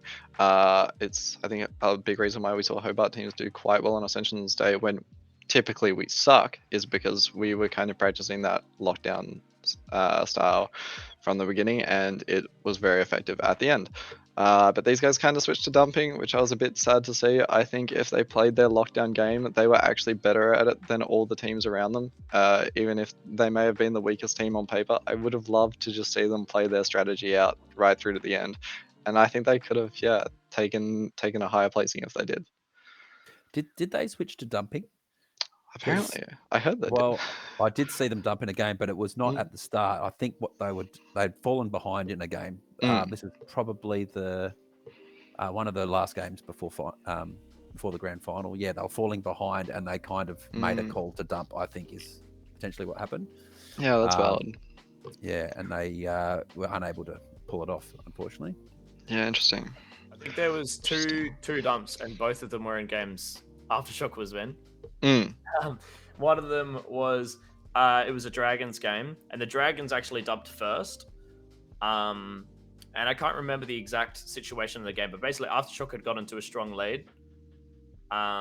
Dragons had dumped, and then just like so they dumped to us, and they stayed at us more than they went to the Storm base. But we'd also gotten bases on Storm, and Storm hadn't gotten any bases on us. Yeah, damn. And it was basically forced a situation where it was like, well, you know, the Dragons weren't getting through our base. We were holding them up, but they also weren't leaving. So there was no opportunities for them to get our base without also dumping themselves and just like throwing it super into the chaos and just like going for a Hail Mary. Because this last day is like, there's no point like playing. Yeah. I mean, there's an argument to play for second, you get first color choice in the next game. Just like, you know, you just want to win that game and get to those damn golden games, right?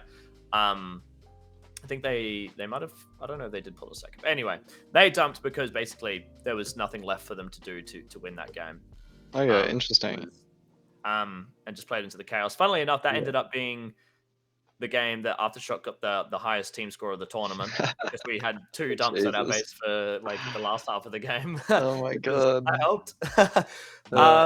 But then the second one in the last time was in the last golden game against Catalyst, Aftershock, and Storm, and it was a similar thing where I think Aftershock had gotten a couple bases, Catalyst had gotten 2 or 3 bases, and then Storm hadn't been able to get anything, and that was like 3 or 4 minutes into the game, and they were like, well, you know, keep up the status quo, we're just gonna keep being where we are, and so they pulled the pin and they ended up pulling a dump themselves.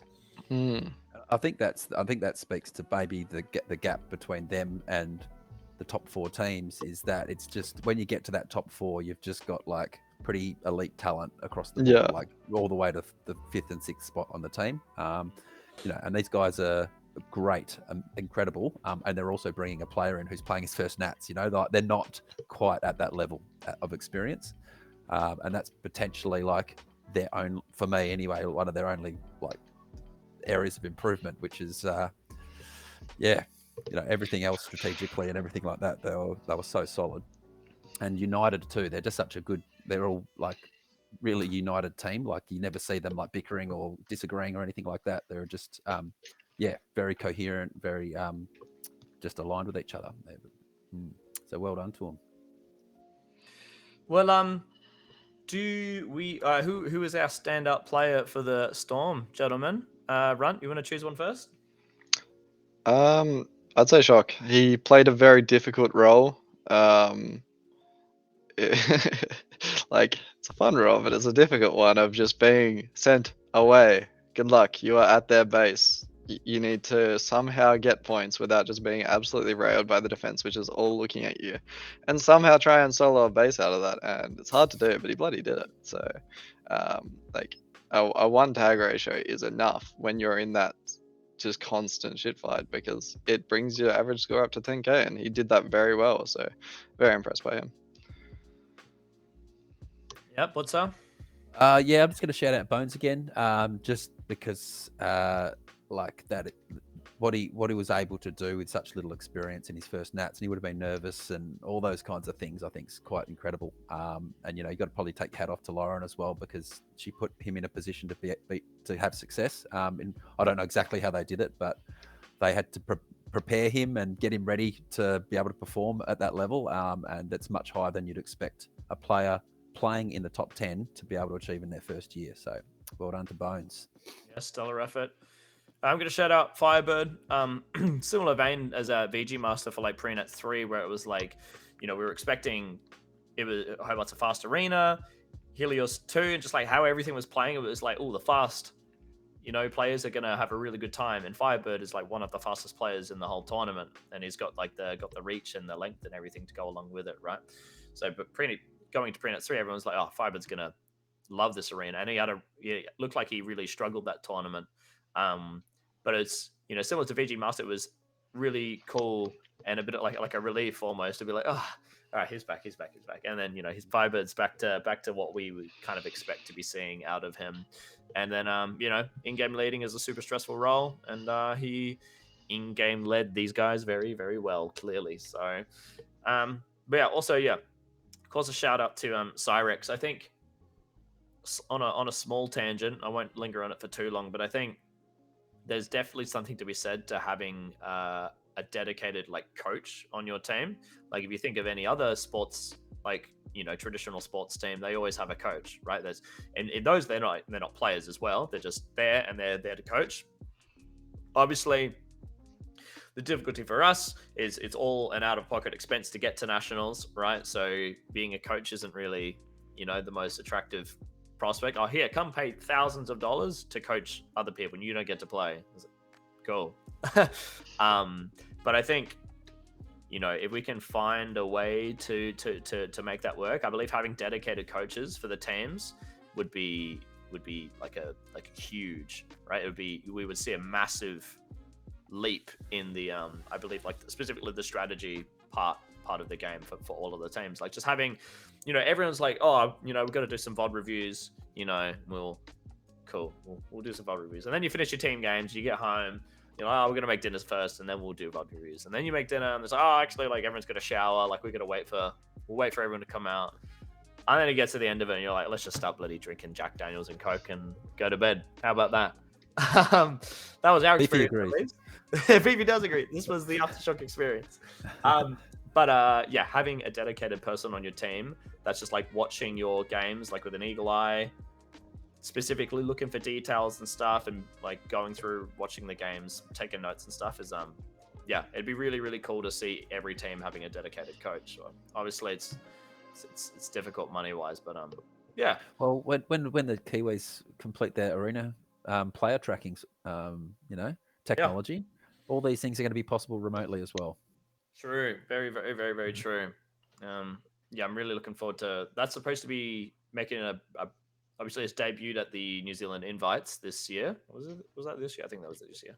But yeah, it's looking like they're going to be having it up in action for Worlds as well. So that's going to be super cool to see.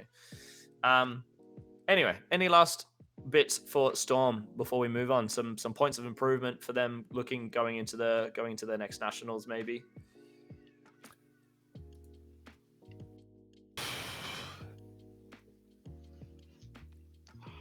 Like I try to avoid this one, but like for this team specifically, I would want to see them stay together. I think this is a team that has been built up to challenge those top tier teams, and we saw it. They were taking games off Catalysts and Spartans, and beating Eclipse. Like these guys should stay together and actually follow it through and prove that they can overtake these high tier teams. So, specifically, I'd say maybe jump on the open game a bit sooner potentially, because like their average score is very low, and sometimes when teams are getting each other's bases, you do need to open up with the game a bit sooner. But yeah, it's a minor thing specific to the Hobart arena probably. What's that? I think the only thing is like this the pack on pack of the players like in the mid part of their team, like like if Bones another year under Bones' belt, if he becomes a weapon, you can imagine these guys are easily pushing up into that top group. So that's pretty much it now. They've got everything else. They've got the coordination, good leadership, excellent strategy. They've got great blast line, a good captain. They've got everything. They just need to maybe strengthen, all the top teams have like A graders all the way through their list essentially. So that's pretty much it. Yeah. I don't really have anything else to add either. But really hope to see Storm back together in the same roster. That'd be really awesome. Being able to build year upon year upon year with the same roster is super, super valuable. There's so many things you build up that you don't realize until maybe you like split up that team and you play on a new team, and there's all these things that you kind of expect to happen, all of these baseline things that this always happens on Storm, and then suddenly they're not there, and then you have to train those up again. Definitely if they're able to keep the same roster, train hard, make it to a couple pre-nuts, they will definitely be convincingly in the top 5 again, I reckon. Anything else? Yeah, just wanted to say, I remember Shock. He's like, why is everyone surprised we're in the top 5? We were in here last year. It's because this year was way more competitive, I would say. The top 5 this year compared to the top 5 last year, I think a big difference there, right? Like, just the top 10 in general was very, yeah, very, very improved from last year. I think we were talking about it before the tournament, but we saw it follow through. Very, very, very competitive all the way throughout. So great to see that these guys keep up with that. I haven't seen a harder top 10 in 20 years of playing. So really, no, it was definitely right up there in terms of depth of quality. Yeah, interesting, because we were wondering if it was going to be as competitive as Darwin, so that's good to see that. Sounds like I didn't play in the top 10 at Darwin. I was in 25th that year, so so I don't know. Can't compare to that. Ryan, do you know if it compared? It was harder for sure. Oh, interesting. 100%. That's good to know. Yeah, 100% it was harder. Back from COVID. Yeah. Well, we just need 1 year to recover, and then we're good to go. Anyway, Big Curtis Storm, again, another team whose predictions were wildly off. Predicted 11th, finished 5th, up 6. Huge kudos, and we'll see you next time, guys. Moving on to our 4th place team, we have the boys, Aftershock. We have Fuggan, Mikey, Holmes, that's me, Chutch, and Beefy. Oh. Oh man. I'll go for my spiel. So, I think strategy is something I keep on touching upon because I think every team does it quite uniquely. You guys were interesting to us in the fact that I would say kept the 3-man attacks going. And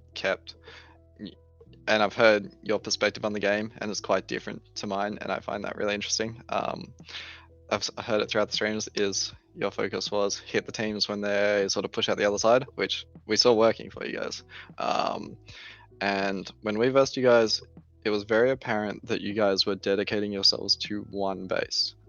Very heavy on one side, almost completely abandoning the other side. Like your blue setup was a nightmare for us because you guys fully pushed towards green and gave us nowhere to stand on the right door, on the green side door, and the other side door, your anchor just watched that with no issues. So that was a very good approach to a blue base setup for me. In some aspects, I think you do lose the pack points between red and blue. I think a lot of teams, I think green was overly powerful for a lot of teams because they wouldn't play that red to blue stretch, which was slightly longer than the green to blue stretch. But if you neglect to play it, both teams lose out and green ends up winning out. So I think in the micro game, it's very good for storming green bases and getting a lot of those. But in the macro game, it can sometimes bite you back in the fact that green benefit if red and blue don't attack each other. But yeah, still a good setup that was quite difficult to us to crack. And yeah, you guys were very good at shifting your weight entirely to one side, and that meant that you could collapse back quite easily because you've got that chain of command running the entire way down the pitch. Quite an aggressive team in the fact you guys often started with the 2-out and went to the 3-out as well. You guys definitely forced that higher base game, which was good to see. I think the synergy of attackers is very, very important, and it was clear that you and Fuggan were a synergized pair. There weren't many pairs of attackers we were seeing around that actually had the synergy to crack bases as a 2-man, which is why pre-Nats we were seeing so many of these 3-mans and these other crazy strategies at Nats. But yeah, I think it's very important to just build that synergy together, and that's why you guys had a lot of success in your attack, which was going up against hard defenses through just synergy alone. So yeah, the strategy though, when it didn't work, it didn't work. Obviously, when you commit heavy to something, it gets punished hard. The 2-man defense was left alone a bit too long. I think as long as a 2-man defense is alone for long enough, people will be instantly able to take it because they know there and there, and just simple setup here and here to counter these positions, and then you have it every time. So when your attack sometimes wouldn't come back, it would be a bit too easy to punch through that 2-man. And sometimes if the 2-man attack just couldn't get ground, it couldn't get ground at all. And I think we saw that in the graph. You guys starts would be, sorry, was it starts slow? I don't know. I think yeah. We had like one of No. the best starts. The In start the was first. good. Yeah. No. It was just a few specific games where your start was just. I remember I was compiling all the data. I'm like, oh, so this average is really high, but some games they just have 700 points at 2 minutes in. What's going on there? And that's kind of what happens when an attack just gets no ground. So yeah, a very different approach to other teams in the top 10, I would say, but quite effective for countering those heavy defenses when they actually try to push out, because you push heavier onto them, and if your base doesn't go down, it works very well. So yeah. Blitzer, have you got anything else to say yourself about how we played? Oh, not in that much detail. No, but I guess you know, when I was thinking about this, I was like, I definitely put Catalyst Spartans Aftershock in a different category to a lot of the other teams, especially us. Was comparing you guys to us at the tournament. It just looked, when I was reffing you guys, just to speak to that synergy that Runt was talking about, you guys just looked more connected than we were, and then most of the other teams were. Yeah, it was really clear. I saw a game where you guys were red and you're pushing onto blue, and you and Fuggan must have gone and came like 7-8 times in the space of 2 minutes. Like you were so willing to work to catch the defenders out. You're back, not working, let's pull back. And then 10, 15, 30 seconds later, two of you should rock up again, have a life or two, not working, pull back again. You were just like really hardworking and very connected. Which had you guys get off to a great start, but like with that graph that you guys were just referring to, that drop off at the end, it's hard to, like, I can only think of two reasons that might happen to teams. One is that you know, not making the right decisions in the second half of the game and dropping away, or there's something happening with the depth of the team, and then when it's time for once the initial players have got through bases, the synergy and attack might have just still good. Obviously, you guys are an amazing team and got a lot of bases, won a lot of games, but just not quite at the same level as it was when the opening attack goes out. And that's where the other teams were catching you guys. That's the only thing I can think of. But you would know better than us because you were actually playing on that team. So you should share with us how much of that makes any sense. Yeah. I'll spill the beans. Yeah, cool. So as Runt kind of pointed out, our setup was beefy last line, Chutch and Mikey on the doors. Chutch would be on the door positioned like not towards the way we were pushing. So she would be like tying up whoever's on like our weak side, I guess. And obviously Chutch is a super dominant player, so, you know, not so weak side when Chutch is on that side. And then Mikey would be on the door on the side that we would be pushing really heavily. So for instance, if we were blue base, beefy in last line, Chutch out the front, Mikey out on the side door, and then our default, I guess you would call it, was a 3-2. And then Fuggan and I had like kind of set positions that we would be defaulting to and then working from. For instance, I think one of the most overpowered attacking setups in the entire arena, so this is why we attacked green all the time from blue, was you put, for those of us that were there, one person on that cubby, like that panel that was really far away that had vision on the last line. Sean would play that, and then all I had to do was win one duel against someone like sweep, or they didn't play anyone sweep. I didn't even have to win a duel, because basically the door defender on that side was like a free tag pretty much. It was really hard for that door defender to stay up. And then what that meant is, like, once I've gotten my 1x1 duel, I had pretty much a free run into the last line position, because if they picked the phaser to shoot me, Fuggan was getting really good at pinging those phaser shots, and he would have that angle from that cubby wall far away. And if they don't pick that shot, then I've lunged in and I've shot them out. And then as soon as I shoot them out, I'm putting shots on the base, and then Fuggan's running up to the L wall, and he's watching through the base. So if you go back and actually watch any of our base takes when we're blue, I pretty much don't actually like watch Yeah, the door. I'm just plugging the base and making sure I don't show my phaser, and then Fuggin's just sitting on the back door pinging everyone as they're trying to come through. So we basically had that's just one example, but we had a setup from blue to green. We had our setup, that was our default setup at blue. Our default setup at red was red to green. And then our default green setup was green to blue, but we switched that a little bit more. We weren't as heavy on like one side. But why it felt like a 3-man attack all the time is just Mikey or whoever was on the door on the side that we had our attack when we were in our default state. So in that blue base example, Mikey on the side door.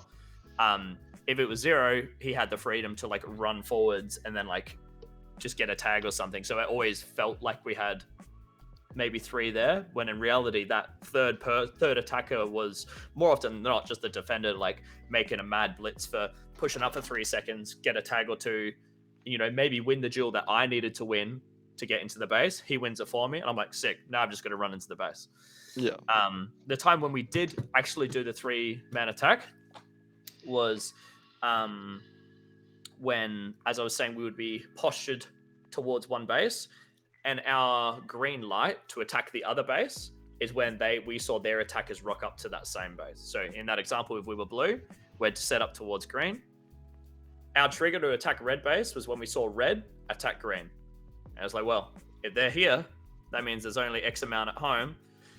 And what we did is the call we made was go long. Anyone that refed us probably heard us say it ad nauseum. But the comm was go long. And what that meant was, rather than bouncing to red through those attackers who would then crunch home on you, and then you would just end up with like a 4 or 5 defense, you would go long through the base.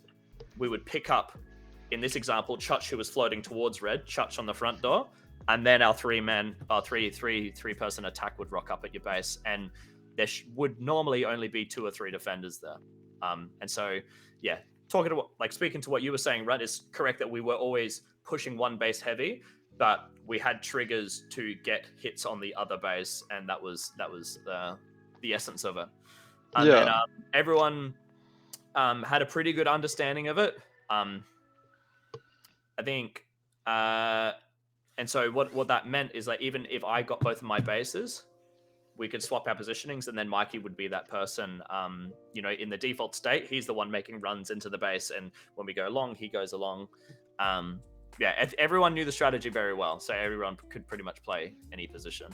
But that was the essence of it. So it's interesting hearing other people's what they see from the outside of what was happening.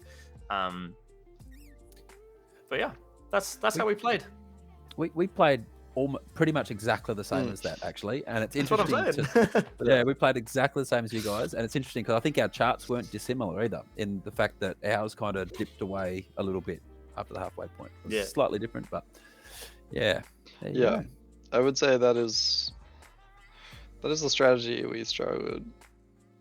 That felt like a strategy that we struggled more with than other strategies. So while I thought we kind of defined the meta, that felt like a viable option to try to counter it, which is why I was impressed by both Aftershock and Eclipse in that sense. Is because it's another good way to play the maze, and it seems like a more complex version of what Rampage set out in early pre-nuts. With that sort of just create a chain down to one base, but having the counter options is a very necessary thing to Yeah, because obviously you can't only get hits on one base, right? Because if you only get hits on that one base, that team is then in a position where they can go, all right, well, you've gotten 5 hits on us. We're just going to dump to the third team that you've gotten no hits on. We're going to hold you out of there, get our 5 hits there. That team, maybe they were out of the game. They can catch up. There goes your 5-base lead that you had. Now everyone's back on the even field.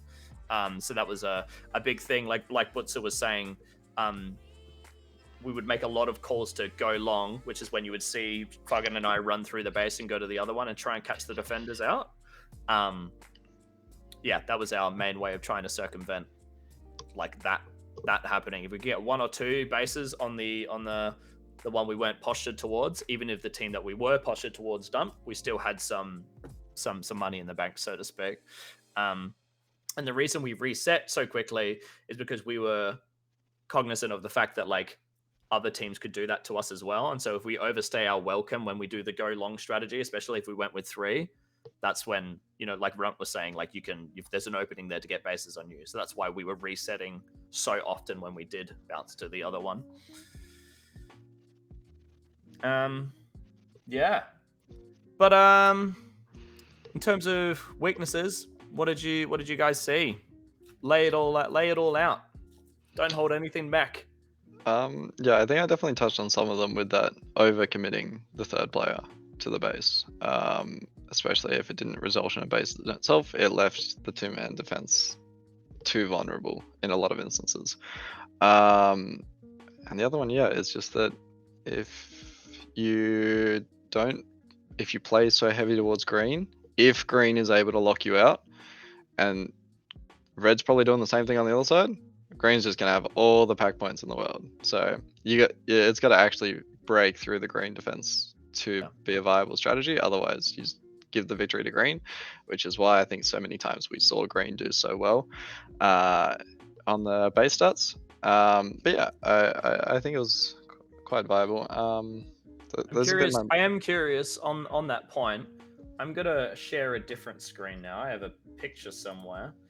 I'm curious how many other, maybe people in the chat can tell me as well, how many other teams were doing this setup towards green I was talking about. So allow me to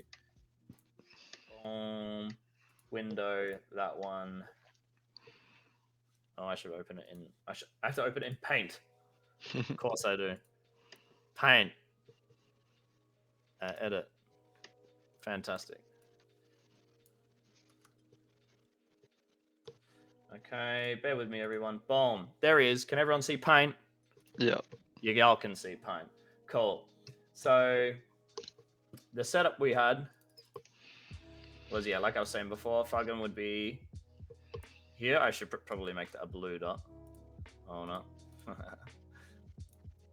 Boom. Fuggin will play around here. I would be playing around here. There'd usually be a green defender around here somewhere. This person was like a free tag. They got their last line in here. You know, you sometimes would have someone sweep. Cool, whatever. So we found that, I'm curious if anyone else was using this, but we found that this was like, you are talking about like struggling to get green hits.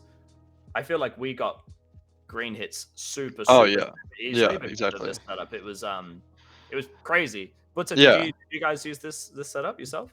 Yeah, same setup. Yep. Yeah. Yeah, it was a very common one. Yeah, I don't know we would position somebody permanently where Fuggin was, but we would be there a lot. Yeah, essentially. I wouldn't just sit somebody there, but we'd have one there a lot. So we literally just had Fuggin sit there because we also had Mikey would be back here, right? Mikey would be back here. And so it's really, really, really hard to get Fuggin off of this panel without straight up taking a duel against him. But if this person is running up here and taking a duel against him, it's basically just forsaking like the comms and everything on this door, right? So it made it very difficult to deal with that person. So we just literally had him sitting there for all of eternity. And then it would just, yeah, like I said, it's predicated on this person just has to win one duel and then they're in the base. But anyway, just you was talking about struggling to get green hits. So I believe you. No, 100%. You guys got them. How often were your 4th and 5th players getting them? Well, normally we didn't end up in a position where our 4th and 5th person even got rotated into that position. That didn't happen very often because we would, maybe get Mikey, Sean, and I would get the hits on green, and then we would try and emphasize trying to do the go long more often. And then when we're at green, less trying to get more green hits, more trying to mitigate bases going down there and really trying to get some of those other hits.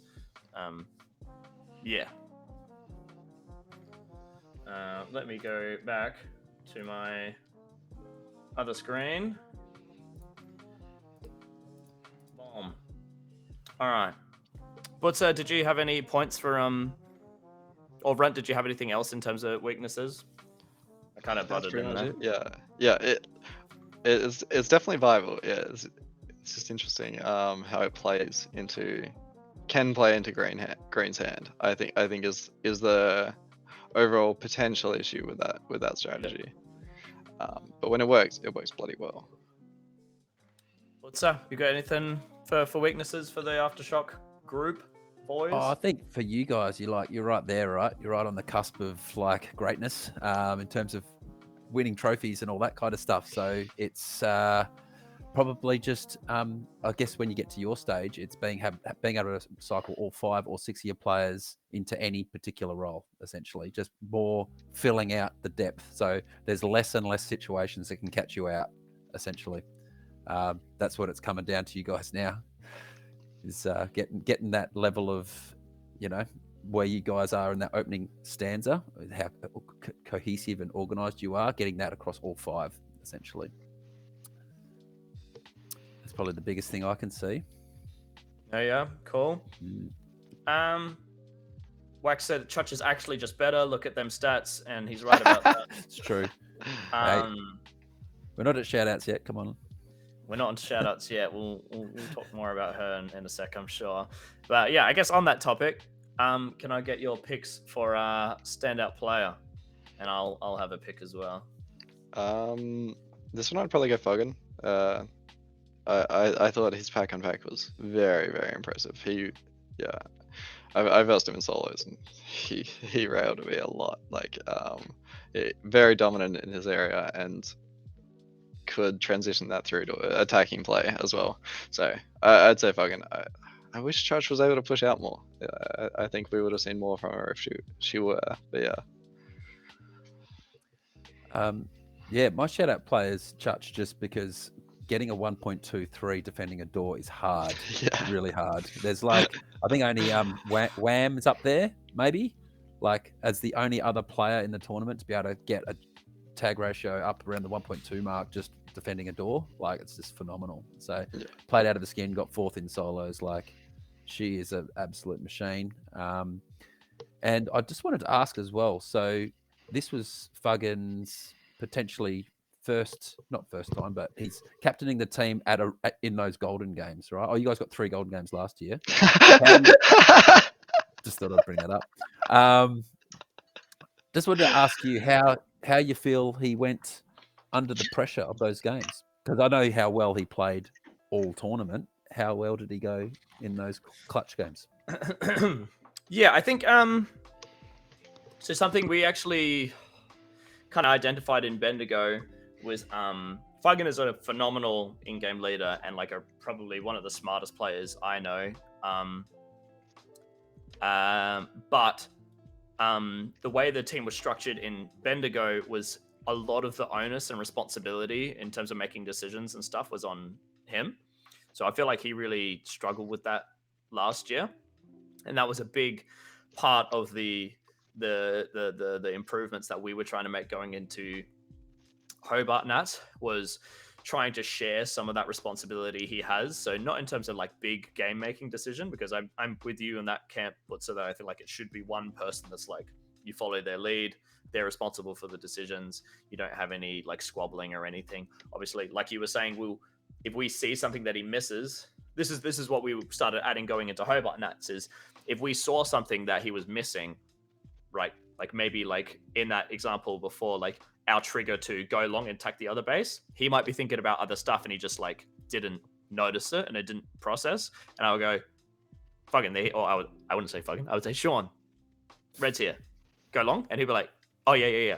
So I think as a whole, our team was just trying to be a little bit more autonomous and take some of that stress away from him, which I think is part of why he had, as you guys were saying, like a really, really dominant performance, like pack on pack. Like, in-game leaders, usually they're, their heads elsewhere, so it can be hard for them to have a big impact in those, in those pack and pack situations. But yeah, I think a big part of the project was enabling Sean to kind of, giving him less to stress about. And then I guess in those last important games, I think realistically, maybe he did struggle a little bit with the decision making, but I think also we weren't in very good, like especially like the 2 golden games we had, we weren't in good positions to make good decisions. The first golden game we was Catalyst and Spartans. We hadn't gotten off to an awesome start, and then Spartans did their the pain train or bounce stump, whatever you want to call it, between us and Catalyst, and the game just kind of like fell away from us. I feel like that was less fucking not making a decision and more just like I was saying before, like a dump is an inherently chaotic thing, and that chaos becomes even more potent when you're on that last day and the pressure's on. We were in a golden game and it just kind of slipped away, like stuff like in a bounce stump, like you would hear the Catalyst base go down and our team would go to like get set up, but like we just didn't get set up quick enough because obviously we were set up to try and field point them in the back, but we wouldn't get set up quick enough to lock them out of our base, and then they would just blitz through our base, and it was rough. And then our last game, we had Catalyst and Storm, and we'd gotten like 2 bases, I believe. And then Catalyst had gotten 2 hits on us. We had none on them, and they had 1 on the Storm. And then Storm dumped, and then it was just it was a rough situation where, because Catalyst had already gotten the hits on us, it was like we were in a position where it was like, oh, we either need to like hold 2 bases at once and not let them get anything and try and field point, which is what we ended up trying to do, or we need to like try and get hits on them when like, there was quite a lot of like they crunched their defense and there was quite a lot of Storm players in between our base and their base. So yeah, I don't think it was his decision making that failed us, that failed on that last day. I think it was just some rough situations. And I think ultimately it felt like we lost as a team, not like it was one person's fault, I guess.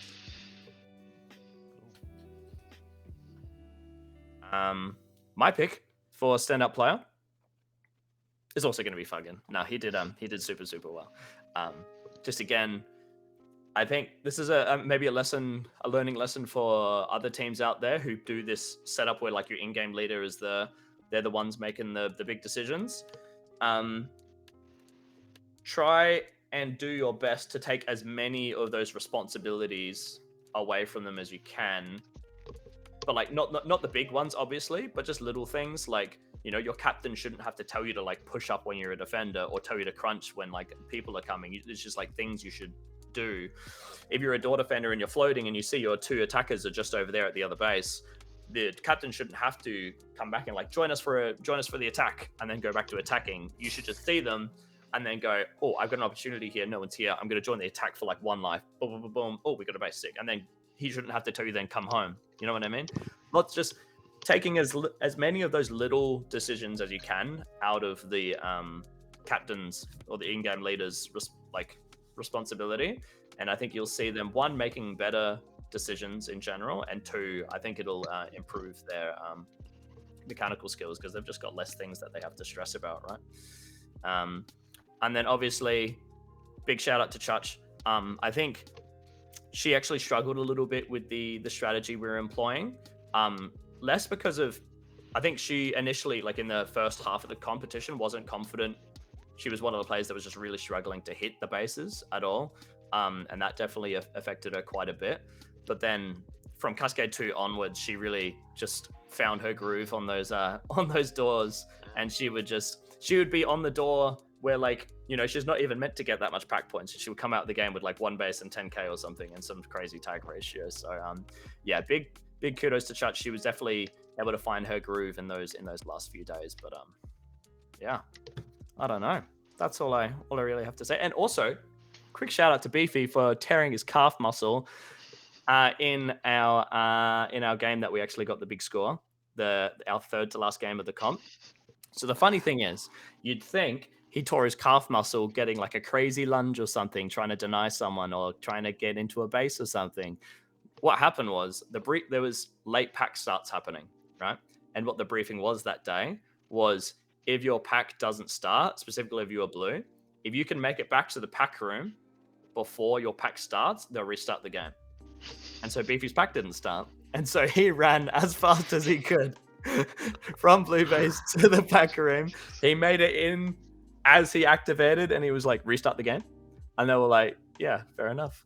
And then he was like, I guess I think he had a bit of adrenaline going. I don't know. He's in the chat. I don't know if he noticed it in the moment, but afterwards after the game, he was like, yeah, my calf's pretty sore. And I think yeah, the adrenaline started to wear off. Like if you actually, I watched our games back recently, and you can see he's not moving around with the same kind of speed and zest he had been. Like he was doing really well in the last line position, but I think that torn calf, definitely he wasn't moving around with the same speed. If you look back out, particularly our last game, you can see like the pain starting to settle in. Beefy said he felt when it happened, which is just great. Imagine just knowing like, oh, my calf just tore. That's awesome. Anyway, I thought that was just a funny story. But we've been talking about my team enough. Have you guys got any last things you'd like to say about Aftershock before we move on to our finalists? No, I think we would have liked to see you guys in finals. I think, yeah, it would have been a good series to have you guys there. 7th, 8th, or 9th time lucky, mate. Next year.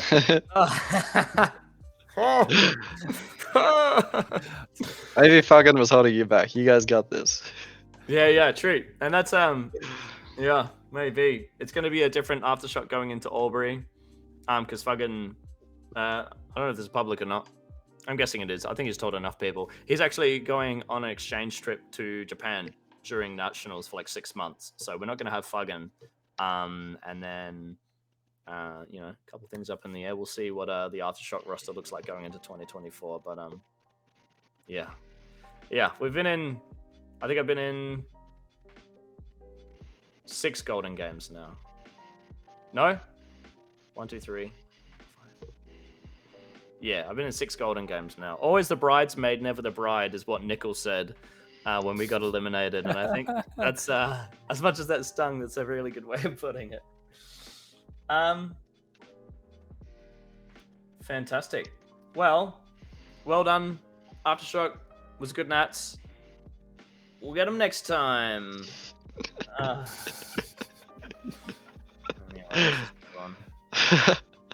In 3rd place, we had the Spartans. We have Potato, Madcan, Zeropa, Link, The Leg, and Peregrine. Boom. Now that's a good luck, and that's the opposite of what we had. Is that literally the opposite? Man. Hold up. Where they? Okay, They're not quite, but close. it's pretty damn Yeah. close to the opposite of what we Almost had. identical. Yeah, nice. Anyway, Run. This one's all you, mate. Take it away. Spartans were interesting. I think they stuck to the strategy they were playing at Prenats 3, which was that 4-1 style. I'd say the main team to do a 4-1, which was that 4 defenders, cans, running around, looking for opportunities, getting points, looking for a solo base. They played that. I don't think it was the Maze to play that, which is why we saw on those final days. They're like, yeah, this isn't working anymore, let's just dump, which, respect, because it worked out very well for them. Like, you can't knock them for switching to a strategy that worked far better for them. Great move, guys. And they switched to late game dumps or like half game dumps. Sometimes, I think for the most part, it was a bounce dump, which is insane that they had that working, but it does kind of make sense. If we go to the stats screen, I'm sure we'll see it, but yep. Players all very good pack on pack, very well balanced. That's what you want in a dumping team. A team that is all going to be able to get their way into the base. They're all going to win their duels, and they're not going to be able to be that weak link that can be targeted. So like, props to them for switching to that dump meta. I think throughout the comp, they were, in our eyes, kind of struggling quite a bit because they seem to switch up their sort of structure. They were still playing the same strategy, but switched their structure. So like Peregrine, who'd been prepping to last line Freynuts 1, 2, and 3, all of a sudden was outside playing a completely different role to the one he drilled so long. The leg was now anchor, and I think he's probably strongest on a door, if I had to guess. Zeropa was still on a door. But yeah, Potato was a great addition. I think he played a lot better at Nats than he did at pre-Nats, so that was good to see. But yeah, I just felt like the 4-1 strategy was a bit flawed in this maze, where you essentially just have that one player just getting a bit railed. Like for cans to drop down to a 0.94, that takes a lot of outside intervention. Like where the strategy works, he would have a lot better better stats. I think he's a very, very strong player. So to see him negative, it means he was throwing his head into a bit too hard a wall throughout the game. So yeah, the dump worked well in the I say lower, but still very high end games. But as soon as it got to finals, when our teams were like drilled and ready for it, they just hit a brick wall. Like the five players were not getting through either ours or Catalyst defense. So that was their crutch, because their opening neutral game was a fair bit weaker than the other two teams in finals. So as soon as they had to pull that dump. I mean, they pulled a game 1 of finals, which you don't really want to have to do, because if it goes badly, then you got to pull it all 3 games, and that's exactly what they did. So it's just like, wait for the Spartans dump, and then which team can punish it the hardest. And yeah, that kind of seemed to cap out for them. So it's a bit of an interesting team in the fact they just played it differently to everyone else, and I would have been very curious to see what would have happened if they played it the same as the other Queensland teams. It was what I was saying at Printouts 3, is why are Spartans doing it different? And I think if they did it more similar, the neutral game would have been stronger, but the dump game, they were the ones to do it, and they got through to finals by doing it, so props to that specific part for the Golden Games. I think to speak on the like we call it pain train in Adelaide, but bounce dump, whatever you want to call it. I think to speak to what you were saying before, so Apex is actually a team that used it a lot in Bendigo, and they were able to pull back a lot of games, and they do it all the time in training, at home, and so one of the things when you do that bounce dump is well, for one, you actually need to get into the base, which obviously that helps. But assuming that your team is well rounded enough and you have the aggression and the conviction to really push through those bases, a big thing is like when you do it, and then also what did your field points look like before you did it, right? So if you see a team that they're just out of the field points, they're trying to attack, but they're just getting smashed. They're dropping bases and stuff. Like they're dropping quite a lot of bases, and then they do the pain train. That team's not going to be able to pull back a win, right? Because the other teams have a bunch of their base already, so they can kind of take their time to take their turn cycling it, and you don't have the field points. So even if you did get the bases, you're still out in the field points, and the other teams are going to get their free bases or whatever, right? What makes it really potent is if you A, do it in the back third of the game, and B, if you were able to accrue quite a lot of field points in the interim. And what that means is, if you're acquiring heaps of field points, and you're kind of, especially if you can mitigate how many hits they get on each other as well, and you don't drop many bases yourself, when you go and do that pain train, what that means is, A, you're up in the field points, so once you get the bases, if you get up on bases, you're up on pack and field points, because when you do the dump, you're at least going to be doubling with everyone, right? And B, if it happens in the back third and you haven't dropped many bases, it's a very, very difficult situation for the two opposing teams, because they've only got so much time to try and get all of their hits on this empty base, which when a team dumps at the start, then it's like you both rock up and you go, okay, we'll let them cycle it first and then we'll cycle it later. But if it happens late enough in the game, there isn't time for you to delay. You have to get your empties, because if you concede the emptied and you're like, we'll just get our empties later, and the other team gets all of theirs, by the time it's your turn to get them, you don't have enough time to get very many at all. Yeah. And then maybe you're able to crush the pain train at your base, but they're still going to be able to get the other team's base if they're getting their empties. And then if you decide to go, okay, we're going to fight for this empty base, sure, you might beat the third team and get more of the empty base than the other one, but the pain train's going to have less resistance, and they're just going to like smash around and get more bases quicker. So it's super, super awkward position to be in. What I found interesting about the dumps, though, is they weren't the typical 4 minutes left of the game, then dump. A lot of the time, there was actually safely enough time for the teams to get their bases.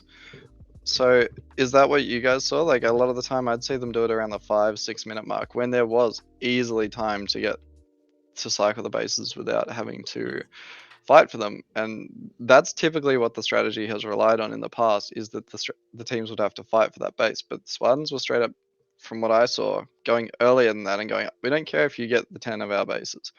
We just want to get our bases. I don't know. Were you seeing them the last few minute dumps or the mid game dumps? So in that game that we played, it was relatively early, maybe Yeah. with after the first third had concluded. But I guess what's difficult is, I don't know. It's like I was saying before. Like the chaos is the dump is so chaotic. The pressure of like this is a golden game.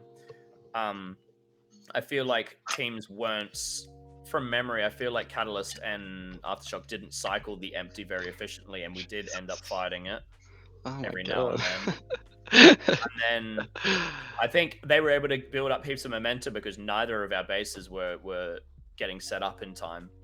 It might be like, so Spartans get our base, they go to Catalyst base, and we go, okay, we're going to get our empty and we're going to field point. And then maybe we get our empty, we set them in field point positions, but they were getting the next base so quickly that like we also just weren't setting up in time properly. Realistically, we were red. We should have just had one in the sandwich, one in the V, and just completely locked it out.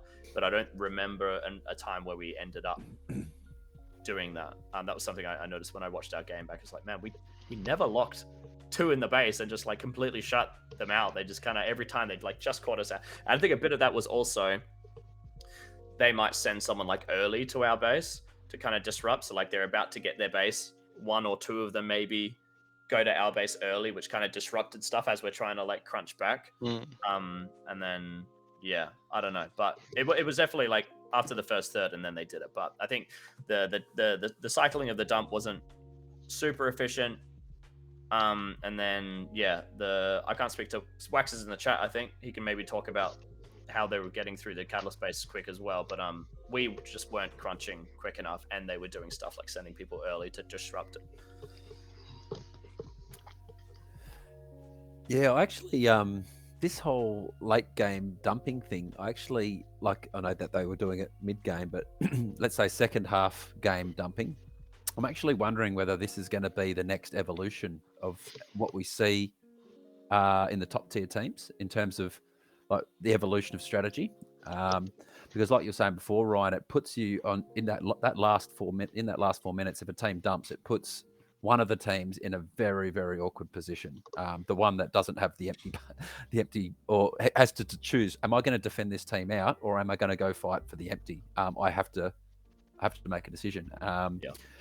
So it asks questions of a team's strategical nous and their decision making, and I think at that top level, that's what you're aiming to do, right? You're trying to ask questions in all areas of all facets of the game, including that one. So I just see it as something I saw this year as a way that the top end teams could try and gain a strategical advantage on each other is by playing that last few minutes better than other teams in dump situations.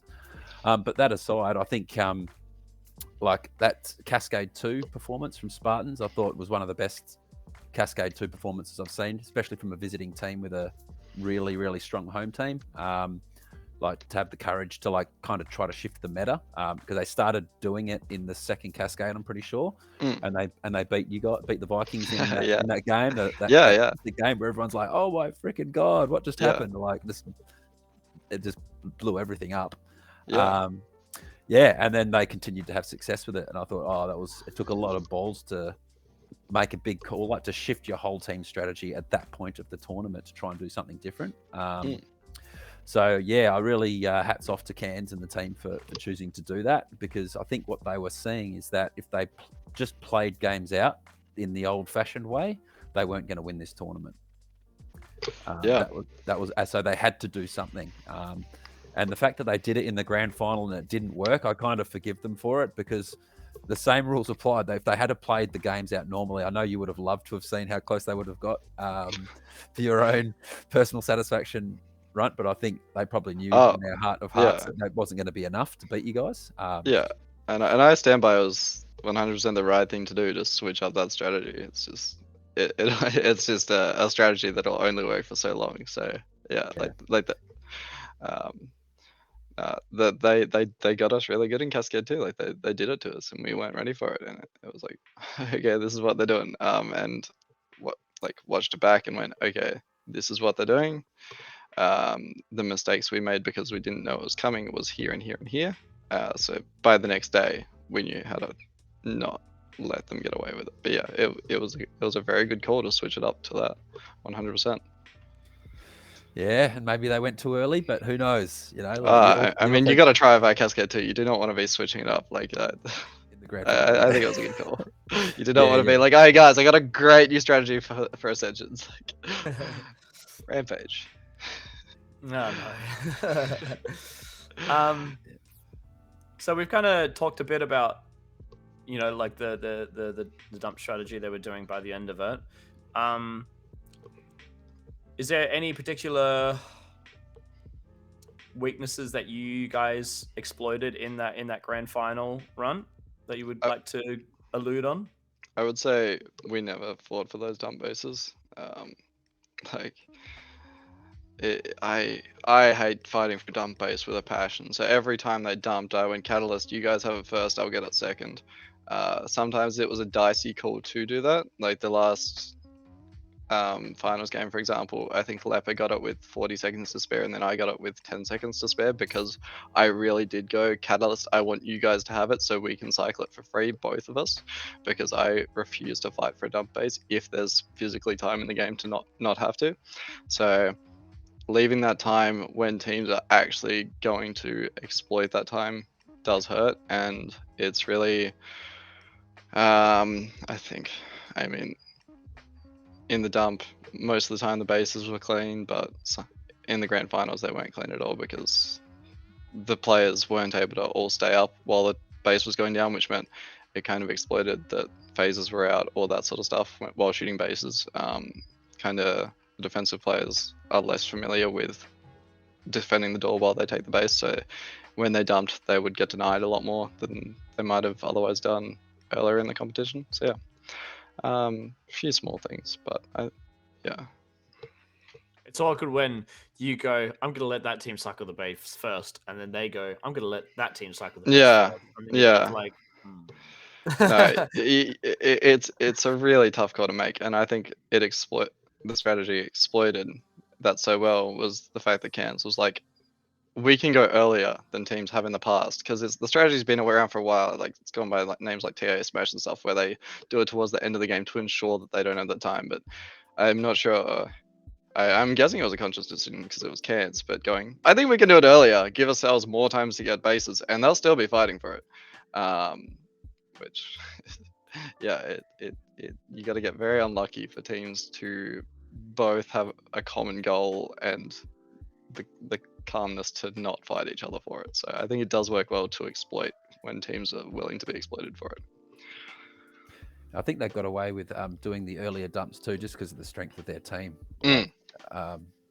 Yeah, across the, like you were saying earlier, Holmes, you to be able to execute, you kind of like consistently, you need strong players who can crack bases and have to be really well organized and everything, and they tick all those boxes, so they're able to do it.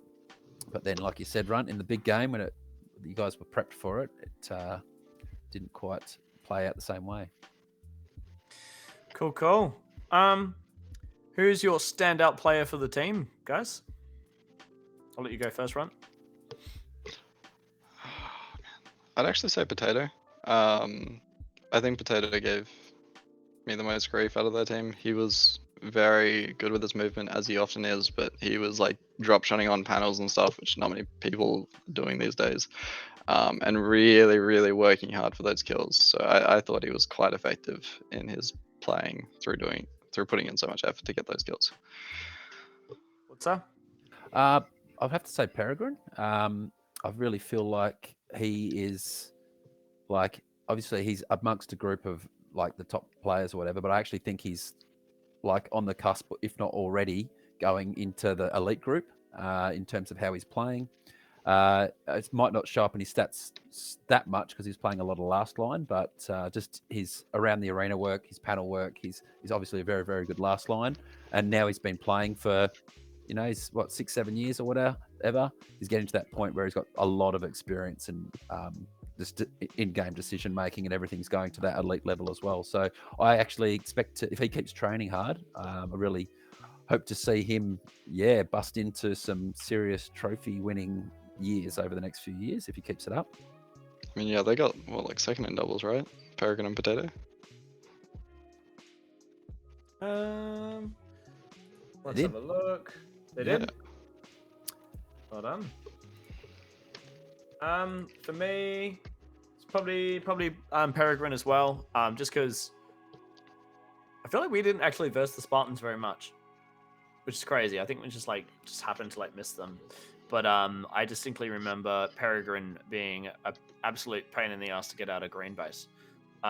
So purely for that, Fuggin and talking about Fuggin and I had a really, really good synergy, and we had I reckon we had one of the best two-man attacks of the whole comp, but we couldn't get this bloody guy out of green. It was him and Whippet. Him and Whippet gave me the most bloody strife, I swear to God. But yeah, I think purely for that, I actually don't remember versing them much outside of that. Obviously, there was that dump game, but then it was there's just Spartans running around everywhere. I was like, it's not, oh, that's that player. Like, oh, there's a Spartan. Oh, there's a Spartan. Anyway.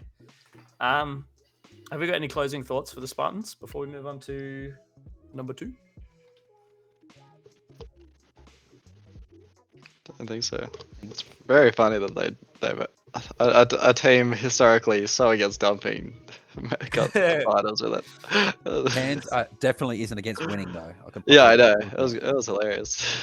Yeah, I guess the only final thing to say is I think Kansas tag ratio is a symptom of a little bit about the style of the way he runs the team. And I noticed there was he's obviously an excellent player, but there were some games where he got kind of hurt, 60-70% tag rate. Every now and then he'd have one, which I think is why he's got a 0.94, because you just have the odd game where he'd have a really bad game. And I think if there is any small evolution in their game, it would just be requiring more from the rest of the team in terms of in-game decision making in the moment, because that Kansas are very much first minute or two he goes out, does a lap of the arena, susses out how everything's happening, reports back to the team, and then they start making moves after the first kind of opening stanza is complete.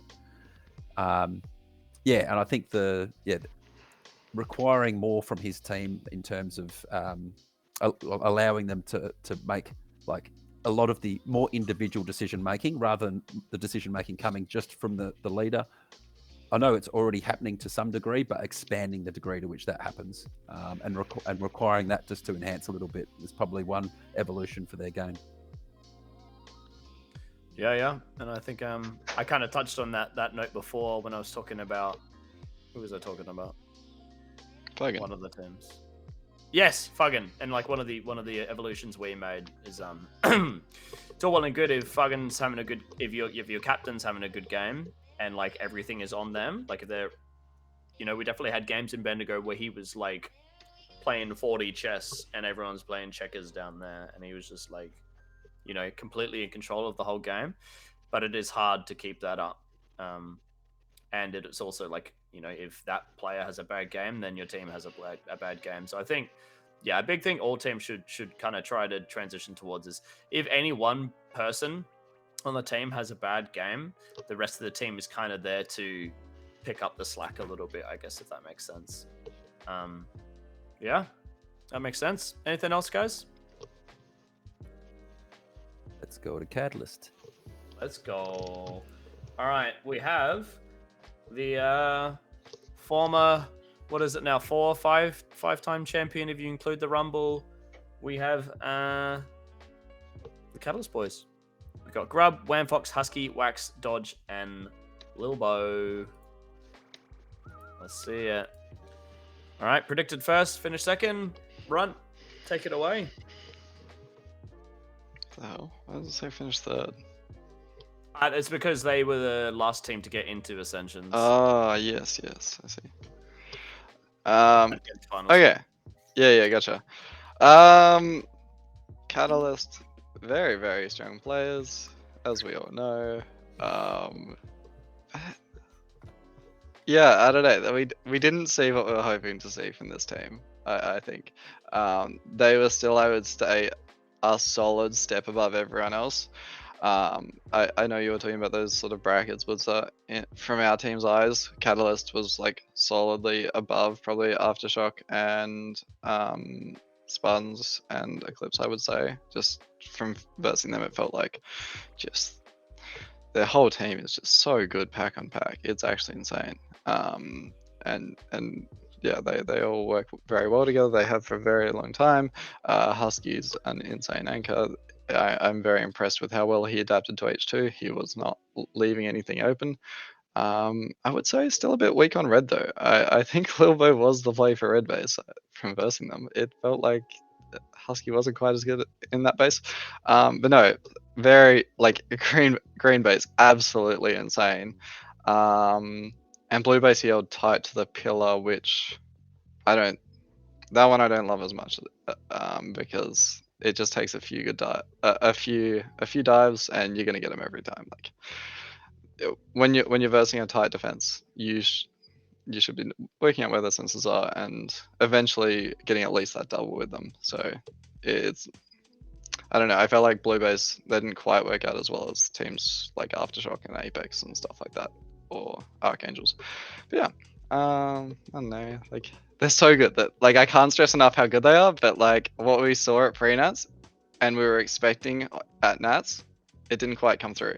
We were expecting them to only improve at Nats and like be way scarier, but it was surprisingly similar versing them. If in a lot of ways it felt harder to verse them at pre-Nats 3.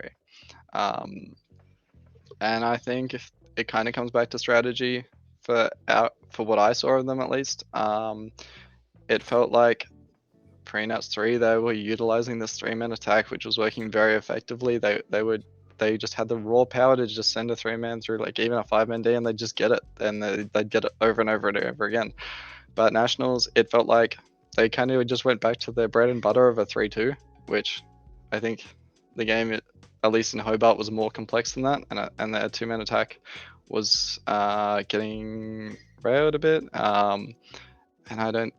And it's kind of what we were alluding to earlier, is building up to the point that I think Wax has said it himself many a time, him and Grub aren't as synergized as other attackers were in the maze. So they weren't bouncing off each other in the way that you need a 2-man attack to do to actually be able to crack through those tough defenses. But yeah, that's mostly what I saw. I'm sure I'll come up with more thoughts as we go. That's just my initial thoughts. What's you got anything to add?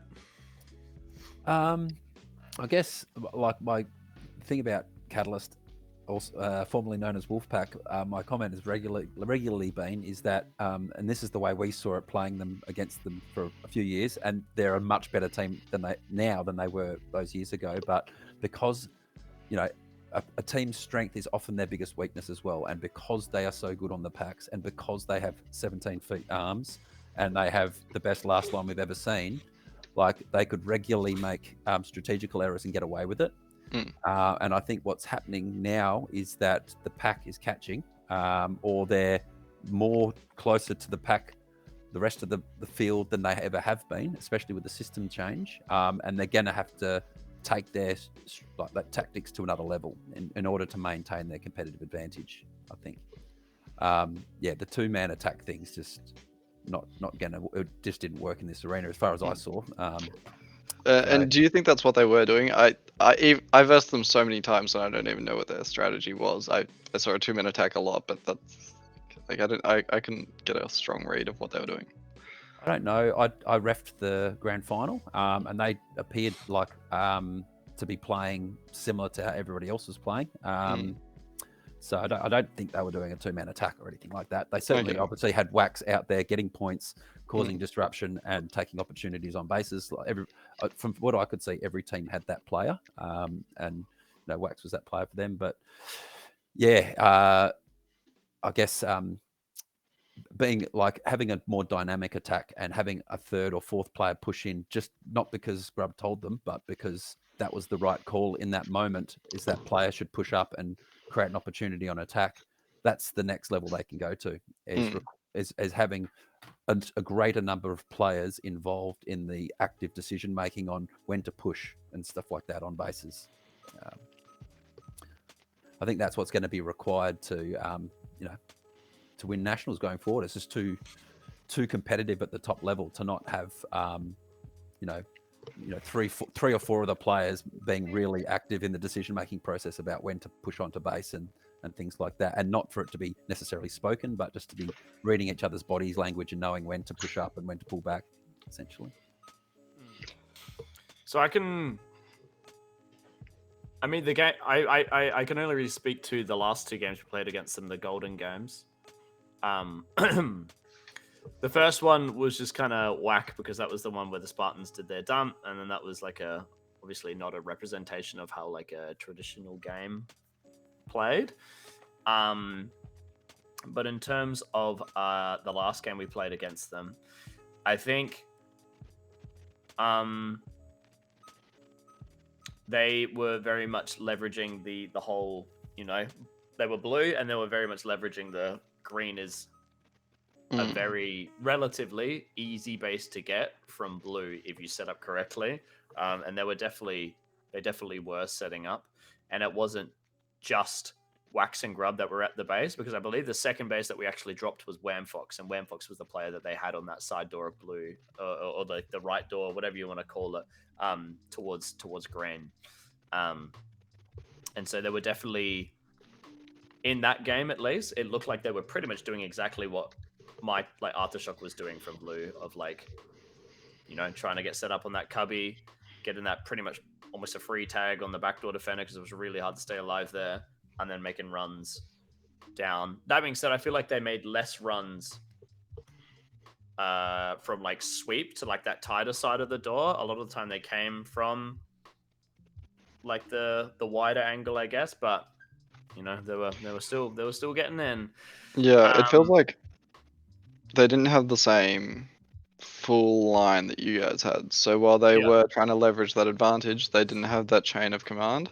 It felt like you could stand in between their attack and their defense, and you could shoot both of them in the back. Whereas when we versed you guys, it felt like there was a continuous line where if you try to duel one, you will get killed by the next in line on either end.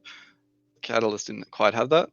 I think at one point even Catalyst switched for grand finals. They switched to having 2 in the base a lot of the time, and you can't get away with that. You're just losing way too much fact points, and if you're putting 2 in the base, it cannot afford to drop, and it was still dropping through that. So yeah, it was a bit rough to see. I don't know. Another thing I mentioned earlier about Whamfox having a 1.2 tag ratio, that was in pre-nats. In this particular tournament, he only had a 1.02. And I actually wonder, he was very highly committed with the media team. Just don't know how much that affected his performance. Still a very good performance, but he was his tag ratio was about 20% higher at the pre-nats 3. So hard to know.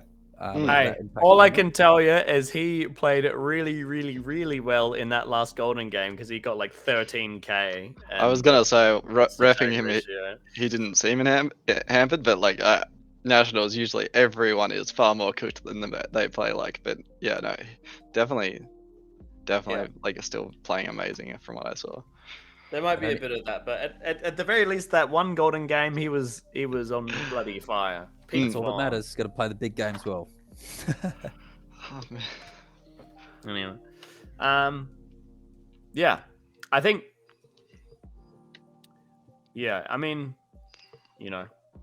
kind of speaking to what Butzer said, I feel like maybe they kind of caught on to the stuff what Aftershock and Eclipse was doing strategically of setting up the kind of chains and stuff, but maybe a little too late, so they didn't get heaps and heaps of reps of it in, and maybe they started off doing more with 3-2. I don't remember versing them earlier on in the tournament, so I can't speak much to that, but that'd kind of lines up with what Blitzer was saying and what I saw in my game and what you saw in your games as well, right? But outside of that, do we have any big? It's weird saying this about this kind of a team, but any big points of improvement for the Catalyst boys going into 2024, assuming they're all playing still? Oh, they got to get H2 first. That's good. No, they don't need it. I was really actually like they picked up the packs really well. I thought They did. They were great. They were excellent on the packs. We weren't getting gunshots on them or anything. They were good. Yeah, they were like outside of you guys, probably the best on the packs that I saw. But I think just more has to go into just more planning. Just like they've got all the skill and experience now. Putting a little bit more time into, I don't know, just it seemed like a strategical. It was strategical. The reason they couldn't quite catch you guys didn't seem like they were lacking in ability or pack skill. It was just how they were setting up. Yeah. Wax is still at the 1.2 denial mark as well, which is something I saw. I don't know if we should point that out. Rumped at 1.3. Oh my god. Yeah, I think it genuinely is. A lot of it is synergy. Like they've said, they don't attack much together in training, and like they're not at the point they have been in the past. It kind of showed like they weren't able to muscle their way through bases, and they were dropping denials for it as well. I think that also speaks to they don't have that third player rolling up enough. Because that's how the other teams were keeping their denials down, is having that third player rolling into support. And if you're trying to get bases, there was too many. Like one of the things we'll talk about soon when we get to your team, Runt, is how many denials that you got on at the opposite team's base, and it goes to speaks to what you were saying about maze control. There was too many random players floating around all over the shop from every team, like that you couldn't just rock up with two players and safely know that you're going to have a free hit at a base. Like that third player was necessary to keep the denials down and ensure that you got bases. And I think that probably hurt them a bit as well. That's why they Wax and Grub were getting denied so much, is just a lack of support from the third player. Yep. Other thing is, it wasn't quite as dynamic as some other teams. Whenever I was versing this team, I knew exactly where that attack was by listening to Grub. I think it's in some other teams, and I think they need to lift off some of that responsibility from Grub, because he's telling them where to go at what time, and you can just listen to that and know what they're doing. Whereas, and it's not as fast because he has to tell them. Whereas other teams, it's like players know where to go at what point in time.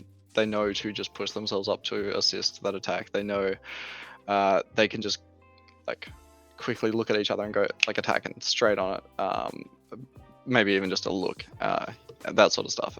Or they see their teammate get 2 kills at a base and they know I can help attack and get a base, that sort of thing. I think it's quite interesting what this comp showed. I think it is weird to talk about a team like these in what they could improve, but I think it showed a lot of cracks this year. That will finally give them something to improve on. I know it's what they've been after for so long, is a reason to improve. So I think it's good for these guys in the long run. Yeah. Well, let's move on and pick on our stand-up player of the team. Runt, you can go first. I gotta go with. It's tough for these guys. I would say Lilbo. I think he's like very impressive to be up here, and playing this well this early on into his career. And some of the shots he was hitting, like just crazy spin shots. Some of the most majestical shots I saw hit this comp. Like the pack skill and the aim and the H2 is very, very impressive on him. I would say a little bit. What's up? Stole mine. I saw it in him in training maybe 3 months, 4 months before we came.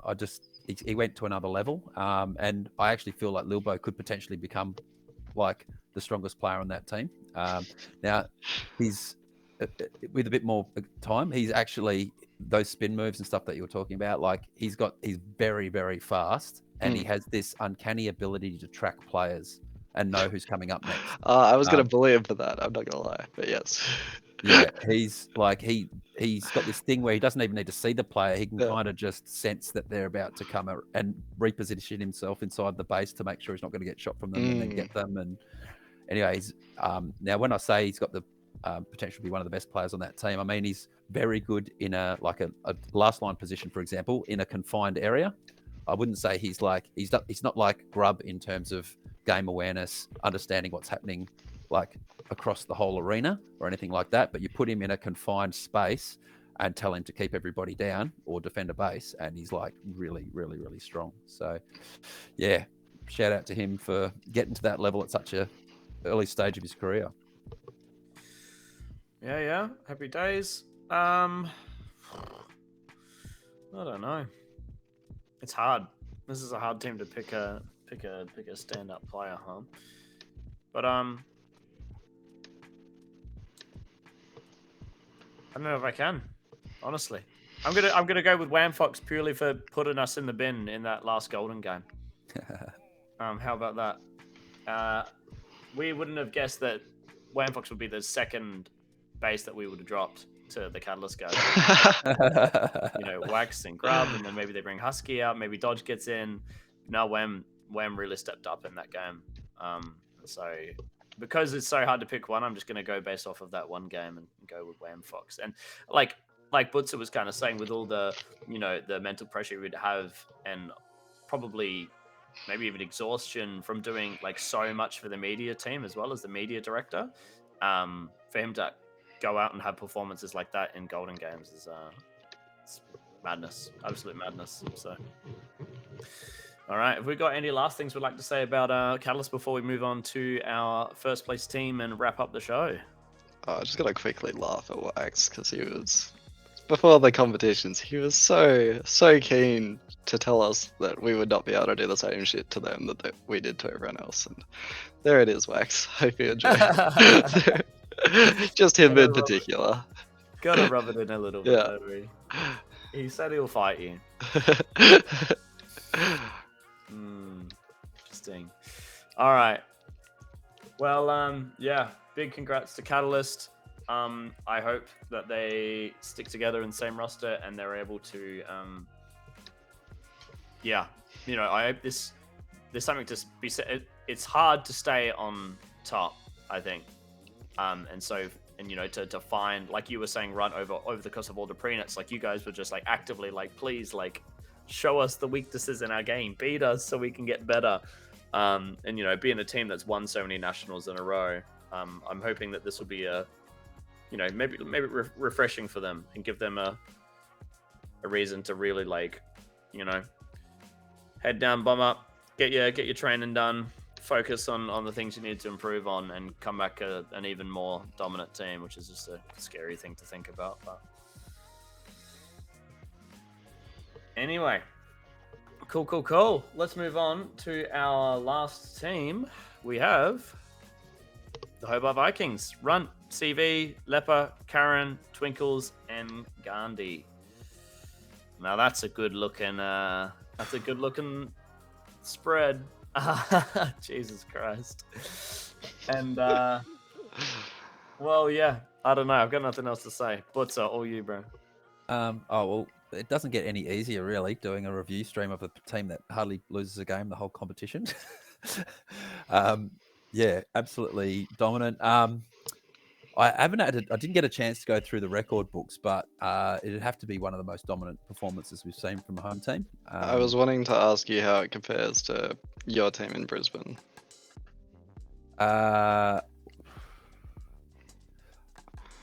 Our team in Brisbane, that was the only time I got to the end of Cascade 2 and said there was zero chances we're going to lose this competition. That's the only ever time in my whole ZLTAC career I've felt that way about a comp. You guys, did you have a feeling like that at pretty much every stage of the tournament? When did that kick in for you? That was very unlikely that you guys were going probably about Cascade 1 or so. I would say, yeah. Yeah, nah. From what I saw, I think we dropped like 5 or 6 games, and I think your record still beats ours at only 4 games dropped over a tournament. So yeah. Well, no, because the original Hobart A team only dropped 1 in a tournament. In Ah, yeah, 2000. that's the era we There was don't only 11 teams in the tournament back then.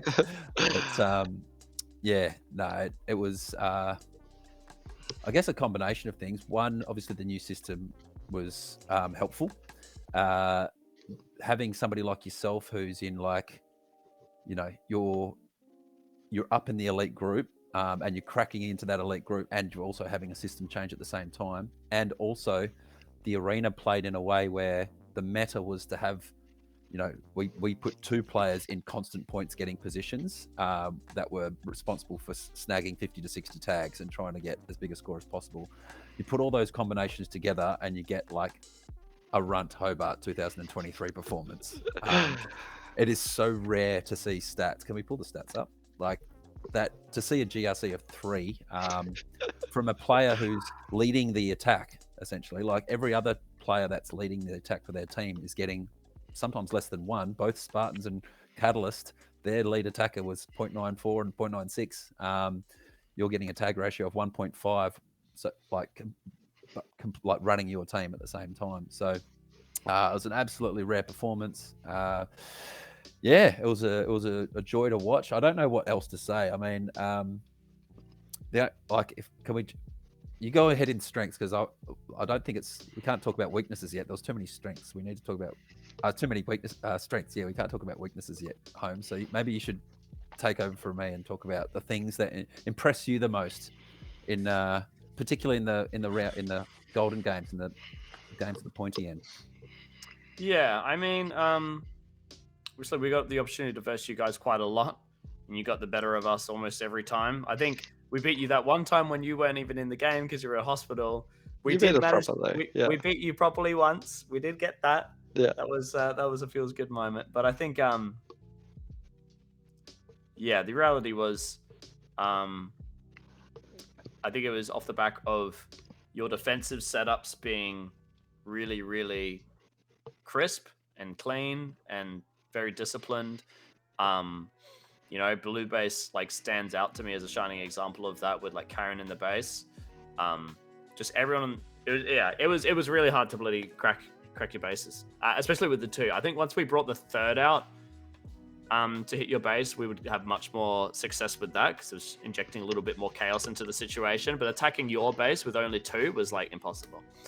So I think that was one thing we noticed. And 2, obviously we were talking about, you know, the 2 people attacks just like wasn't really working. Like you really needed to bring that 3rd person out, whether there was like a committed attacker or just a door defender that made a blitz to push out and help you secure a base, get that 1 tag you need to help you. And you guys were like, well, what if we just like don't even need to do that? How about that? And yeah, you guys obviously had the best 2-player attack of the whole tournament. You know, you just perfect synergy with you and Twinkles. You knew your formula, I guess, to crack out each of the bases, and you knew your little micro things to like make sure like you weren't getting denied on those bases very much either. Yeah, I don't know. It's like it's hard. I think that's a significant point though that you brought up, is that you guys were the only one that could pull off a 2-man attack against anybody. Yeah, and that was a significant advantage. It's something we've been discussing the whole time, but I really do believe the synergy between myself and Twinkles is insane. like such a vital part. Yeah, no, it actually blew my mind playing nationals with him, because the synergy I have with him is far beyond what I could have ever imagined. It is. Just the other night we were training and there was like a 4-person setup, and we just like exact perfect moves to bounce off each other and pinch every single one of them, so they had 2 guns on them at all times. Yeah, just the synergy that's there, it's amazing, and I enjoy playing with him so much because of it. I think there's a skill that I like to mention to new players to learn, which is learn how to dominate. Which is like when you're winning your standoffs, there's actually a skill in knowing how to maximize the return you get from being on, so to speak. And I feel like, yeah, you guys were just like a perfect example of that. Like you had the slight advantage of having the packs, and you're a little bit better on the packs, but you fully maximized the benefit that was gained from being marginally better on the packs than everyone else. Yeah, and they just noticed it in the around the arena. Like if only a tiny little window would have to open up in terms of a defensive mistake or something like that, and you guys would take full advantage of it and have the base. And no other teams were really doing that.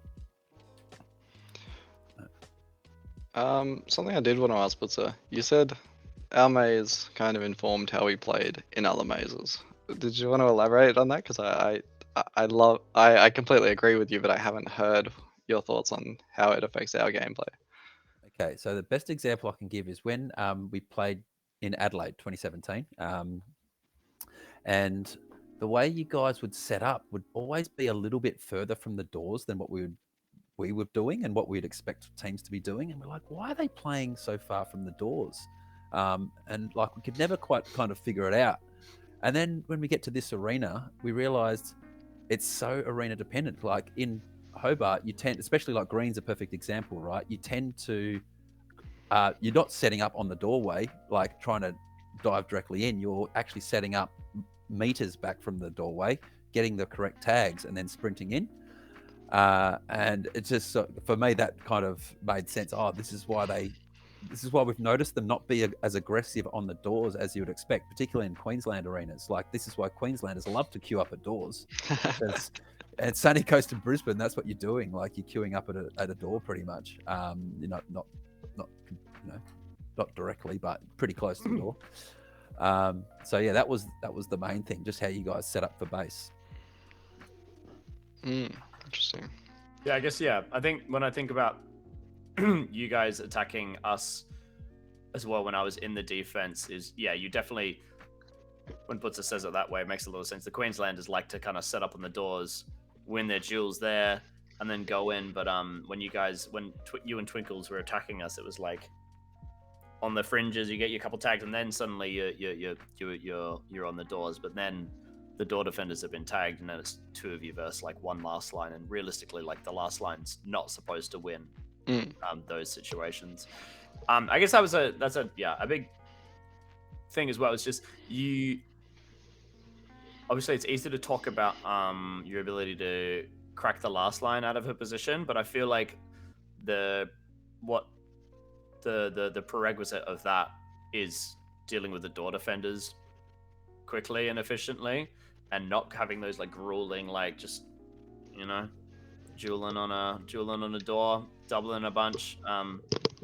Yeah, because every time you got into our base, it wasn't, maybe there was from memory, it was the only times you got in was when both of our door defenders died, and then it was just like a perfect pin set up. It was like the last line's like, oh well, buddy, I give up.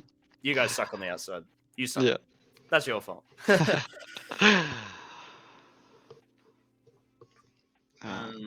Yeah, and I think a mistake that I actually see a lot of people make is and another thing that I think you guys did really well was, let's say you're out on the doors. Let's say Runt wins his duel, Twinkles doubles in their duel. Rather than Runt trying to force an opportunity, maybe, I'm sure you did sometimes, but at least when you were attacking us, it felt like you wouldn't just like force an opportunity. You would take your time and wait, win your duel again, and if Twinkles won his duel, then you set up your thing. And I think that's a big thing that I see a lot. It's particularly punishing on trigger lockout. I talk to my something I bring up a lot at home because we play on Nexus with trigger lockout. Because it's so hard to win your duel sometimes, especially with trigger lockout, but whatever. If you win your duel and they double, if you just decide to like lunge in, you're basically just like you're just wasting that effort that you put into winning that duel in the first place. I guess it speaks a little bit to what Butzer was saying as well, is like learn to dominate. Like if you win your duel and your other person doubles or loses their duel, don't just like throw your life away and just like, oh, I'm just going to try lunge at base anyway and see what happens. Like, take your time. You can just like sit around for a few seconds, get another 150 points off of this person, and then try again. Is that an accurate assessment that you guys would? Yeah. I'd say Yes. I'd say in 90% of circumstances, if you have an opportunity to take it, the times when I do that is when I know the last line is good enough that it is a 100% death for me, or like a 95% death for me. And your team was a team that had an anchor good enough to stop that. So I really there was literally no, and like I tried many times before that of trying to force that opportunity, but against those high tier teams with those like anchors that aren't gonna stick out their gun or anything, you got to play for both sides, which is hard to do, but yeah. Yep. I was going to say, why don't you tell us what you felt your biggest strengths were in your own arena? Yeah. At Naps? It's interesting. I think a lot of our win was chalked up to home side advantage and packs, and there's certainly elements. And I've always said that I'm more keen to play in another arena than a home arena. But I think there were a lot of key elements that got us over the line. That were sort of isolated from all that stuff. Like when Hobart team started to do well in like Ascensions and stuff, players were like, "Oh, the home side advantage has gotten stronger." I was like, "What are you talking about? That does not make any sense. It's actually insane." I think a big one is strategy. I think we got better throughout the competition because our strategy plays to the highest tier games of those lockdown games where you're playing for points. And when you're playing for points, you really want to have both sides capitalizing on points. So being pushed out both sides, no matter which base you're on, playing that blue to red stretch, even though it's harder to force kills there and you have to work harder for kills, it's still worth doing to keep both teams ticking over. Like Catalyst got pretty much starved out of their finals game on green because Spartans and us were taking over kills on the blue-red stretch. So it's macro game stuff like that, and I think our strategy, nobody else really tried it except for Storm, and they were one of the hardest teams to verse because of it. Because I think we showed a strategy that worked for the maze, and nobody else really tried to do it like us. And in a sense, maybe they never would have been better than us at our own strategy, so maybe it was never worth doing. But yeah, and it felt a lot like other teams wouldn't counter us either, so we'd just win on strategy without even having to change much. Like finals, Catalyst and Spartans played perfectly into our hands. Like they just did like they played a slow game to us with like 1 or 2 men attacks. So it was like, yeah, obviously we're gonna win these. And they switched to a dump and we just collapsed back in. I was like, yeah, this is playing to us. So I think most of our win was strategic. It helps a lot that the strategy for this arena is so perfect for our team's makeup. You have 2 designated like door defenders and 2 designated points and attackers that never have to actually swap over if you play the strategy for full maze control, which that suits us perfectly. Because CV and Leper, some of the best on doors there are. I think just want to quickly highlight Leper's another one that got that 1.23 tag ratio standing on a door, which is insanity. He played out of his mind this comp, and he forces the attackers into the last line as well. And then yeah, it frees myself and Twinkles up to score those points and shut down the game. I think where we differed from Storm was our ability to actually control the game. So where Storm would control a lot of the maze, we would stop other teams from getting any bases whatsoever. And yeah, to me it felt like our team was at a point where it was so dynamic that we didn't have to talk much at all. A lot of our 2-man attacks were just a solo player being backed up by a defender, because when you play for maze control, all it takes is, sometimes the effect isn't even seen, all it takes is defenders to control those positions and restrict where the defenders of the base can stand to line up a sync where you can solo base, even if defenders don't even have to shoot someone if they just control some of the space and restrict sightlines. It's surprisingly easy to solo base when they're restricted to areas they can stand. So a lot of us soloing bases was on the back of maze control, essentially. It's just restricting the other teams and dominating, but yeah, 2/3, because it's a triangle. If you can dominate 2/3, you're in a pretty good spot. But like we had weaknesses. If teams actually played strategies that countered us and punished us for pushing out, Apex did it perfectly. They just got the other base really well and collapsed back in with 5 against us, and that was one of our hardest games where we lost strategically and had to muscle our way through. There weren't many games we lost strategically, I feel. Some of them were, I would say, Apex, maybe Eclipse, maybe Aftershock would be the ones we lost strategically to. But that's why the finals felt so anticlimactic for us, I would say, is because they played to us, which was weird to me. We also did it without Owen, which, like, yeah, if home side advantage is a thing, being down a player who is having an amazing comp does sort of negate that. But anyway, I think there is perhaps some more credit in different places than where people were putting the credit. I'm curious to know, are you interested in sharing I heard whispers of it, but sharing the strategy, like in another bit of content at some stage?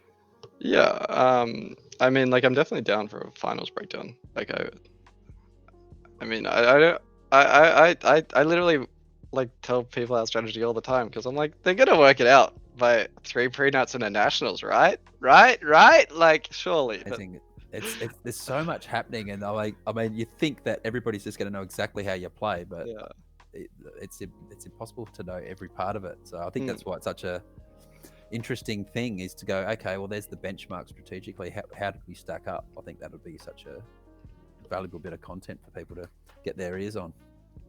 yeah. So yeah, like, I'm definitely happy to break it down, especially since, like, a lot of it will be Hobart dependent anyway. So, well, I think we had a lot of strengths, and I think our win was, like, as we were saying earlier, is like similar to the dominance of Maroons. I don't know if it'll be as effective in Albury. Like, I'm not just saying we're gonna win Albury, like, based on this, but yeah, it felt dominant a lot to strategy and how well it fit us, and not really being counted. Yeah, I think I mean, if we transition into, like, the opportunities for you guys, like, for me, it's all about, can you do it away from home for you guys now? Like, can you back it up next year? And do you have the depth on your team to be able to do it in a foreign arena? Because they're not all going to play like Hobart. Yeah. And no doubt you guys are setting that challenge internally as well, I guess. Yeah. And a lot of the reason we developed the strategy was to account for depth in our attack, depth in our it doesn't go all the way down. So can we develop a strategy where we can exclusively play to our team's strengths? And that's what it felt like we were able to do this year. And the looks of Aubrey might be able to do again, but I'm not sure. You're going to have a pretty good chance, because there's not going to be a H2 site in Queensland, I don't think, before Albury. If there is, we would only have the packs for a short amount of time. So you guys have got this rare opportunity where you're going to be like one of the only sites in Australia to have the packs 2 years in a row. And you've got all this young talent coming through at your local. Like, you guys got probably choices to make for this year as well, I'm guessing, in terms of who's going to make the Vikings team, because you've got definitely so much good new talent. So yeah, I'm predicting it could actually be a little bit of a good, really solid chance to go back to back next year for you guys. Yeah. Well, moving on, let's pick our stand-up player. Well, there's an easy, obvious pick, about as easy and obvious as it gets. But take it, Holmes. I am gonna shout out Lepa, because as Runt was saying, or what I was saying before, is it felt impossible to attack the Vikings base with just 2 people. And a lot of that, and as I was talking before about like why Runt and Twinkle's attack was so effective, is because for you to get into a good 3-player defense, you need to kill both of the door defenders. You can't. Well, yeah, you can't. You need to get both the door defenders out, and then it needs to be a 2-on-1 on the last line. Because if it's a last line and it's a 1-on-1, the last line, if they're good, are going to win that 95-100% of the time, right? And yeah, Leper made it. I personally think he had like the best timing of the whole tournament.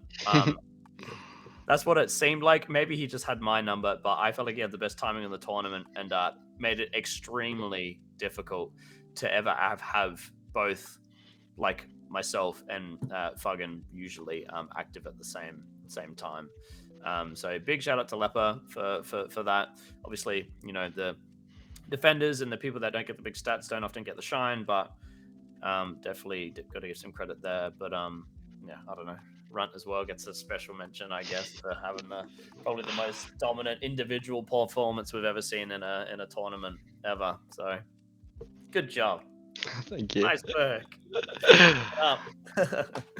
What's all you? Yeah, well, I was going to say Runt and Leper as well.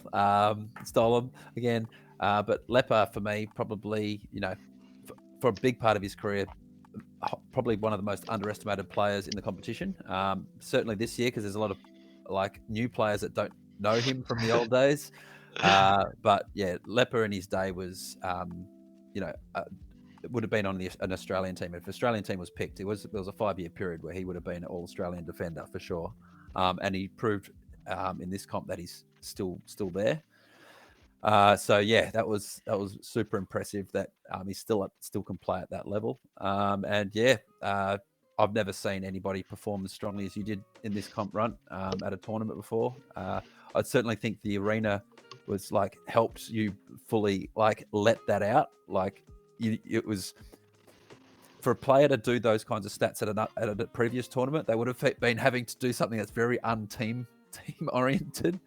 But that was part of the strategy in this arena, is that you needed somebody on your team dominating and controlling the arena the way you were doing it. So you were completely playing within the team paradigm and captaining the team. And, you know, that's really incredible that we now have that as a benchmark for future years, pretty much. Messed up, bro. It's messed up. It is messed up. Totally messed up. But he didn't get 100 tags. But I did not get 100 tags. I wanted it to do it in a different arena anyway. I've got my sights on over it. I refed that game. You got 99. Actually, I was standing on green, and I've never heard so many dings in a short amount of time. So you were not green, and you came in and stood inside green, and were throwing shots outside through the sweep without even looking, just knowing that people are always queued up there. And all I could hear was ding, ding, ding, ding, ding, ding, ding, ding, ding, ding, ding, ding, and you're not even looking where you're shooting. It was, I was like, whoa, that's next level. That is. People still don't understand. Most of the points you get in the game, like if you want a lot of points, you hold the other team's base. And it felt like Twinkles and myself were the only ones that were really doing it this comp. But yeah, very fun to do. I started doing it a little bit. If I got green, I would stay in there for as long as I could, but it was only towards the end. I didn't get enough practice in there, but it was pretty fun because you got that like almost like reckless abandon where you're like, well, there's not going to be any teammates on the outside. You can kind of just plug shots. I kept shooting George for that exact reason, but yes. So it actually reminded me of 2017 Adelaide Nats. Those bases, particularly red, just because it was like mirrored. And like the way the angles worked out, it was I guess a similar feel to like the green tee where you got the ball and then you got two outie bits. These ones were half height, so you kind of had to stay super low. But I mean, you did it super low anyway. But yeah, if you got into the base and you got it, you know, like, well, I'm not going to be shooting teammates probably unless your other person's hanging around, and you would just go like bang, bang, bang, bang, bang until you run out of power, and then you run out of power, and you're like, I've had my fun. I'll go now. You can also be slightly braver than an anchor's allowed to be because there's less consequences for dying. So you can really do those offensive, defensive another base, which they really hate to deal with. Yeah, 100%. You've set a trend. Now attackers are never going to leave bases. They're just going to stay there and keep top tier. I'm gonna try that out in training on Monday, I reckon. All right. Have we got anything else we would like to say about the Hobart Vikings before we wrap up the show? Oh, look, I didn't get to pick a standout. I'd Yeah. just Sorry, like to say, um, Gandhi Gandhi was having an amazing tournament. He was playing so bloody well. Like, he stepped up his game at pre-nats 3 so hard, and then he stepped it up even further for nationals.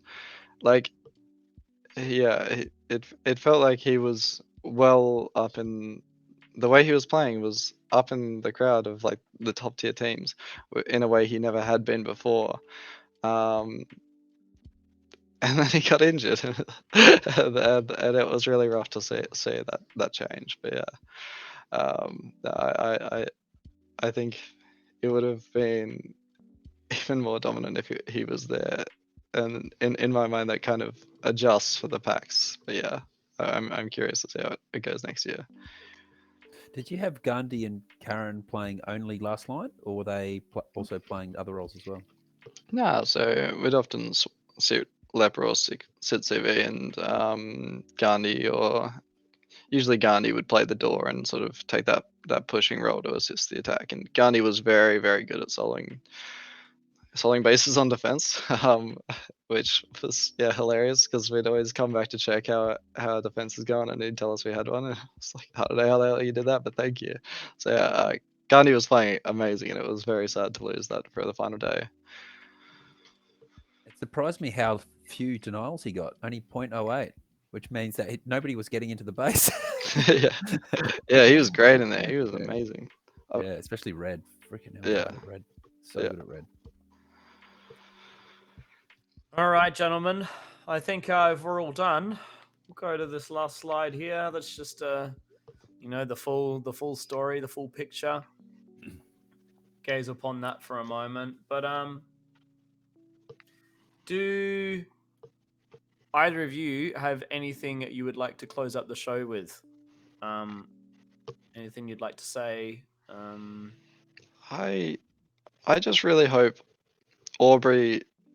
This review has been really fun for me because every team did something so different. It was such a varied meta. There was so much difference between teams, and they felt like they had such a strong identity in the way that we've never seen before. I think where every team plays a 4-1 or every team plays a 3-2, and it's becoming a more dynamic game this year, far more than previous. So I really hope we see that trend continue in Aubrey. I really hope the maze design pushes the dynamic play.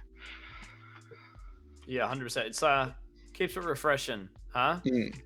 I think any sport I've ever followed, whenever like the meta just kind of stagnates for a while and it's just like the same old stuff, like the depth of the strategy, because you're doing the same thing, gets like, obviously you can get really in depth with it if everyone's doing the same strategy, but I don't know, it's just way more fun and refreshing if people are doing different stuff, right? And I guess that's one of the advantages of laser sports in general, especially our team game, is there's 3 teams in the arena.